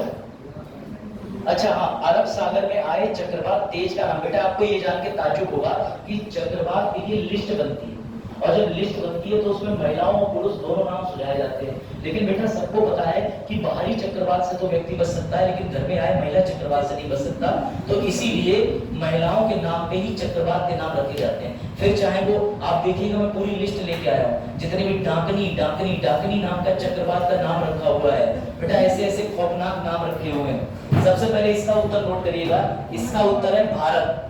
भारत ने तेज रखा है, भारत ने गति रखा है। ठीक है, अब मैं आपको पूरी सूची दिखा रहा हूँ, आप मेरी बात को मजाक में ना लें, जरा ये पढ़िए। ठीक है, पहले तो ये चीज देखें, इंडिया के नाम देखिए, गति, तेज, मोरासू, आग, बैरोमझार, ये इंडिया में थे। लेकिन बाकी नाम जो मैंने हाईलाइट करे वो देखिए, मुस्न, शाहीन, डाना, असना, शक्ति, दीक्षम, मोचा, सीरा, बुलान, मौज। भैया नाम हमें क्या कर सकता हूँ, एक का नाम है अय्यारा, गर्जना, ठीक है, निवार, हुरेबी। तो बेटा इंडिया के आपको ये 6 के 6 नाम रटे होने चाहिए। इंडिया अलग अलग नाम देता है, ये नाम मत भूलिएगा। हर अच्छा ऐसा क्यों है कि हम चक्रवात के नाम रखते हैं? कई जगह स्थानीय चक्रवात आते हैं। स्थानीय का मतलब अगर बरेली के गंगा नदी पे आए दिन कोई चक्रवात आ रहा तो उसे हम नाम दे देंगे बरेली चक्रवात। तो बरेली चक्रवात से टीम तुरंत समझ जाती है ये बरेली के आसपास का होगा। तो ऐसे स्थानीय चक्रवातों के नाम देने के लिए ये सूची तैयार करी जाती है। इसमें विभिन्न देश हर बार रोस्टर सिस्टम से, इस बार इंडिया का एक नाम उठाया तो अगला नाम उठाया जाएगा ईरान का, क्योंकि आई की सीरीज चलती है। आई के बाद जे से कोई देश है, फिर के से देश है, फिर एल से देश आएगा, ऐसे क्रम अनुसार चलता है। अब बेटा ये तथ्य पढ़िएगा इसके बारे में जरा, ये पढ़िए कैसे रखे जाते हैं चक्रवातों के नाम, पढ़ो। कौन रखवाता है? विश्व मौसम संगठन यानी WMO, एक अंतर्राष्ट्रीय समिति द्वारा चक्रवातों की लिस्ट और नामों का रखरखाव होता है। पहले चक्रवातों की लिस्ट में महिलाओं के नाम शामिल किए जाते थे, बाद में पुरुषों के नाम को भी स्थान दिया गया। आज भी महिलाओं के नाम के ज्यादातर नाम रखे जाते हैं, तो डाकना, डसना, ठीक है, साही, ये सब मत भूलिएगा। तो महिला चक्रवात ज्यादा तबाही लेके आते हैं, ये तो निश्चित। तो बेटा चक्रवातों का नाम क्यों जरूरी है मैंने आपको बता दिया, क्योंकि स्थानीय चक्रवातों के नाम देने के लिए आवश्यकता होती है। कौन नाम रखता है? WMO। WMO मतलब विश्व मौसम विज्ञान संगठन। इसकी स्थापना कब हुई थी? 23 मार्च 1950। कितने देश हैं इसके सदस्य? 100। बेटा 193 संयुक्त राष्ट्र के सदस्य थे, तो भूलने की जरूरत ही नहीं।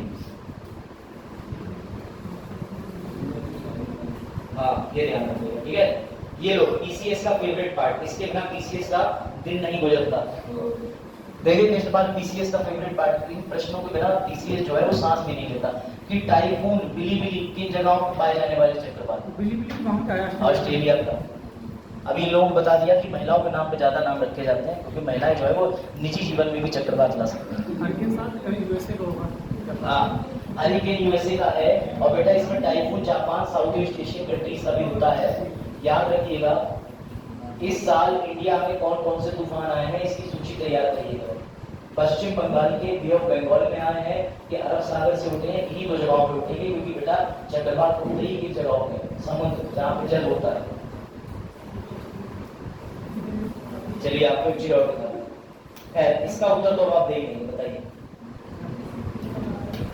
मैंने अभी जस्ट बोला था ऐसी कौन सी कंपनी है जो सैटेलाइट से घरों में ब्रॉडबैंड देने का काम करने वाली है? जियो। क्या नाम है उसका?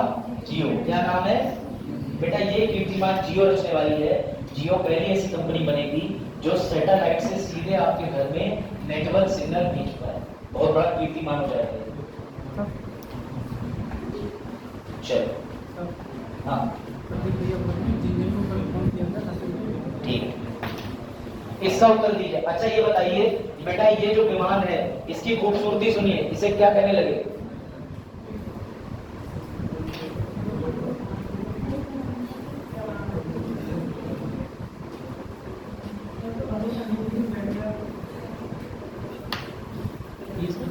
हाँ बेटा आपको अगर सुनकर ताज्जुब हो रहा है कि किसी एक एयरक्राफ्ट का नाम रखा जा सकता है कि विधवाओं का निर्माण करने वाला विमान या उड़ता हुआ ताबूत, तो घबराइए मत। पहले याद रखिएगा ये प्रश्न आ चुका है मध्य प्रदेश PCS में कि MiG का पूरा नाम क्या है। तो बेटा ये रशियन विमान होते थे जो इंडिया में लाए गए थे, इसका पूरा नाम है मिकोयन ग्यूरेविच। अब आपको टेंशन लेने की बात नहीं, 3 अक्टूबर को इसको रिटायर कर दिया। धीरे धीरे 2025 तक सारे बंद कर देंगे। अब सुनिए इसको रिटायर क्यों करा। 400 विमान दुर्घटना लगातार हो रहे थे। जब 1962 में चीन ने युद्ध करा उसके बाद हमें जरूरत महसूस हुई, क्योंकि हमारे पास किसी भी तरीके का कोई भी एयर फ्लाइट कॉम्बैट जो नहीं था हमारे पास मौजूद। लेकिन बेटा 1964 के अंदर हमें ये प्राप्त हुआ रशिया की मदद से, और 10 साल लग गए हमें इसको उड़ाने में। क्यों? क्योंकि रशिया ने ट्रेनिंग बहुत लेट कर दी। ट्रेनिंग दी जाती है विमान उड़ाने की, जैसे तैसे तो हम इस विमान को उड़ा पाए, लेकिन जब से ये विमान ससुरा उड़ रहा है तब से 400 बार तो दुर्घटना हुई, 200 फौजी तो शहीद हो गए। तो बेटा इसका नाम ही रख दिया गया उड़ता हुआ ताबूत और विडो मेकर। और फिर सरकार ने फैसला लिया कि इसे बाड़मेर जिले में अंतिम इसने अपनी उड़ान भरी, अंतिम उड़ान भरने के बाद बंद कर दिया। अब सवाल ये आता है कि सर अगर हम MiG-21 को बंद कर देंगे तो फिर हमारा भारत युद्ध कैसे लड़ेगा? तो डरने की जरूरत नहीं, भारत ने बना लिया है LCA-M1 जिसका नाम तुम्हें याद रखना है तेजस। अब भारत इसको रिप्लेस करके लेके आ जाइए तेजस। तेजस सर्जिकल स्ट्राइक करने का चैंपियन है। यहाँ से 50 किलोमीटर पे बरेली को भी उड़ाना हो तो तेजस से पहले तो उड़ा देगा, लेकिन ये MiG-21 उससे पहले तुम ही उड़ा देगा। तो तुम ना उड़ो, सामने वाला दुश्मन देश उड़े। बेटा इसलिए हमने बनाया है LCA। और ध्यान दीजिएगा, ये इसका जो आगे से शेप है, ये इसलिए शेप है क्योंकि बेटा ये कौन सा इंजन है? Ramjet engine. रैमजेट इंजन जो है वो हवा ऐसे जाती है इसमें तेजी से, प्रेशर से, और बहुत तेजी से बाहर निकलती है। बीच में यहाँ पे इग्निशन दिया जाता है, अग्नाशय। उस अग्नाशन की वजह से हवा बहुत तेजी से जाती है। ये इंजन तभी काम करता है जब वायुमंडल से इसको डायरेक्ट ऑक्सीजन मिले। लेकिन ऑक्सीजन वायुमंडल में तब मिलेगी जब ये तेज गति को प्राप्त कर जाए। तो तेज गति प्राप्त करने से पहले इसमें जो तरल हाइड्रोजन होता है वो इसको ऊंचाई तक लेके जाता है। इसलिए आप देखिएगा जब ये विमान उड़ते हैं शोभ मंडल में, तो इनके पीछे एक सफेद रंग की धुआंकार आकृति आपको दिखती है। वो धुआंकार आकृति कुछ नहीं होती, वो लिक्विड हाइड्रोजन होता है।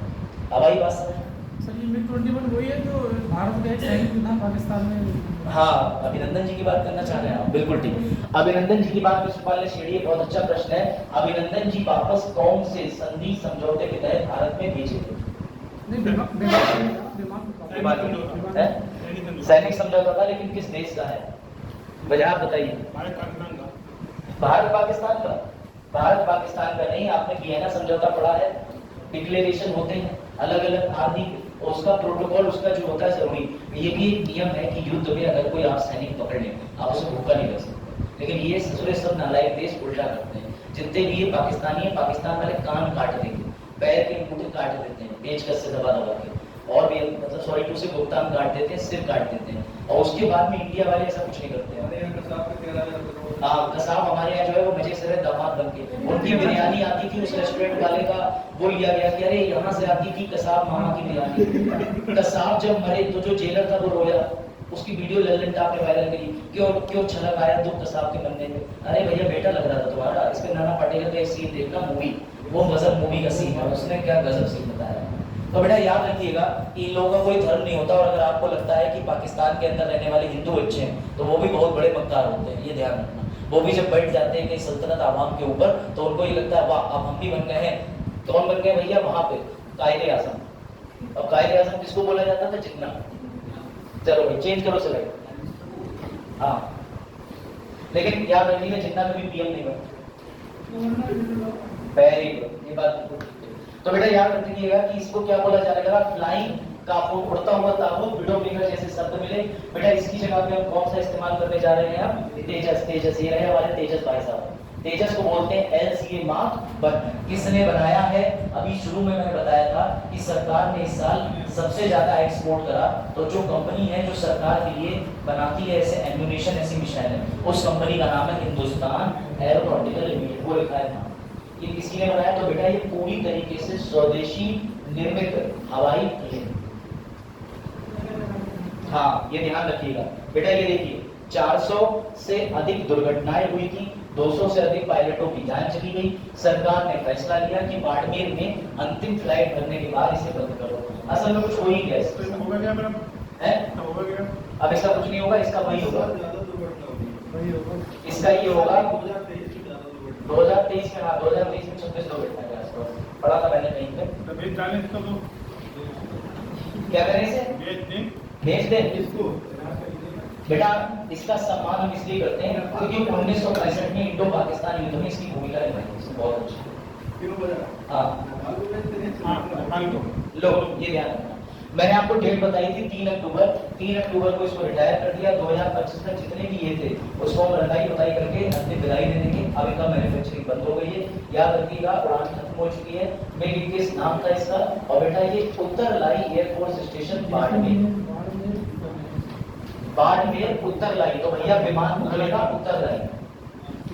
हाँ, सरकार उत्तर लाई, विमान उत्तर लाई। कोई चीज तो लेके आएगी ना, तो विमान उत्तर लाएगी। ठीक है, एक आपके लिए स्टार क्वेश्चन फिर से है, तो आप करके लाइएगा। इसके बाद अगला क्वेश्चन होना चाहिए प्रोजेक्ट क्या है। नहीं, प्रोजेक्ट पूछा है तो आसान है। अभी आपने थोड़ी देर पहले पढ़ा था कि S-400 की तरह हमने समर बना लिया, अमेरिका का थार्ड है। ऐसी मैंने आपको बताया था कि भारत ने कौन से प्रोजेक्ट के तहत समर बनाया है? कुशा। बेटा कुशा प्रोजेक्ट जो है, जब भारत मिसाइल बनाता है, मारने की बात करेगा तो डराएगा DRDO, और प्यार मोहब्बत की बात करेगा इशारे से तो इसरो। जब सैटेलाइट शोध करना है तो इसरो, और जब भैया किसी को रोक देना है तो फिर DRDO। तो ये प्रोजेक्ट कुशा जो है वो मारने की बात कर रहा है, तो किसने बनाया? DRDO। अब बेटा डे का RBI वेरी गुड। तो बेटा याद रखिएगा, इसको किसने बनाया है? DRDO ने। ये किसकी तरह काम करेगा? आयरन डोम इजराइल प्रणाली की तरह। कोई डाउट? चलिए फिर यहीं तक इसको नाम दिए जाए। एक क्वेश्चन और करते हैं। मालिक से हो गया, थक गए? ये घर से आपका घर का होमवर्क है, इसको कोई बताना चाहे बता सकता है, वरना घर से करके लाइए।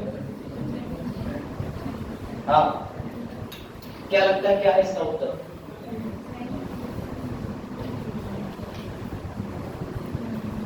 क्या लगता है इसका उत्तर क्या है? कल आप लोगों का टेस्ट हुआ था ना? चलिए बात कर लेते हैं।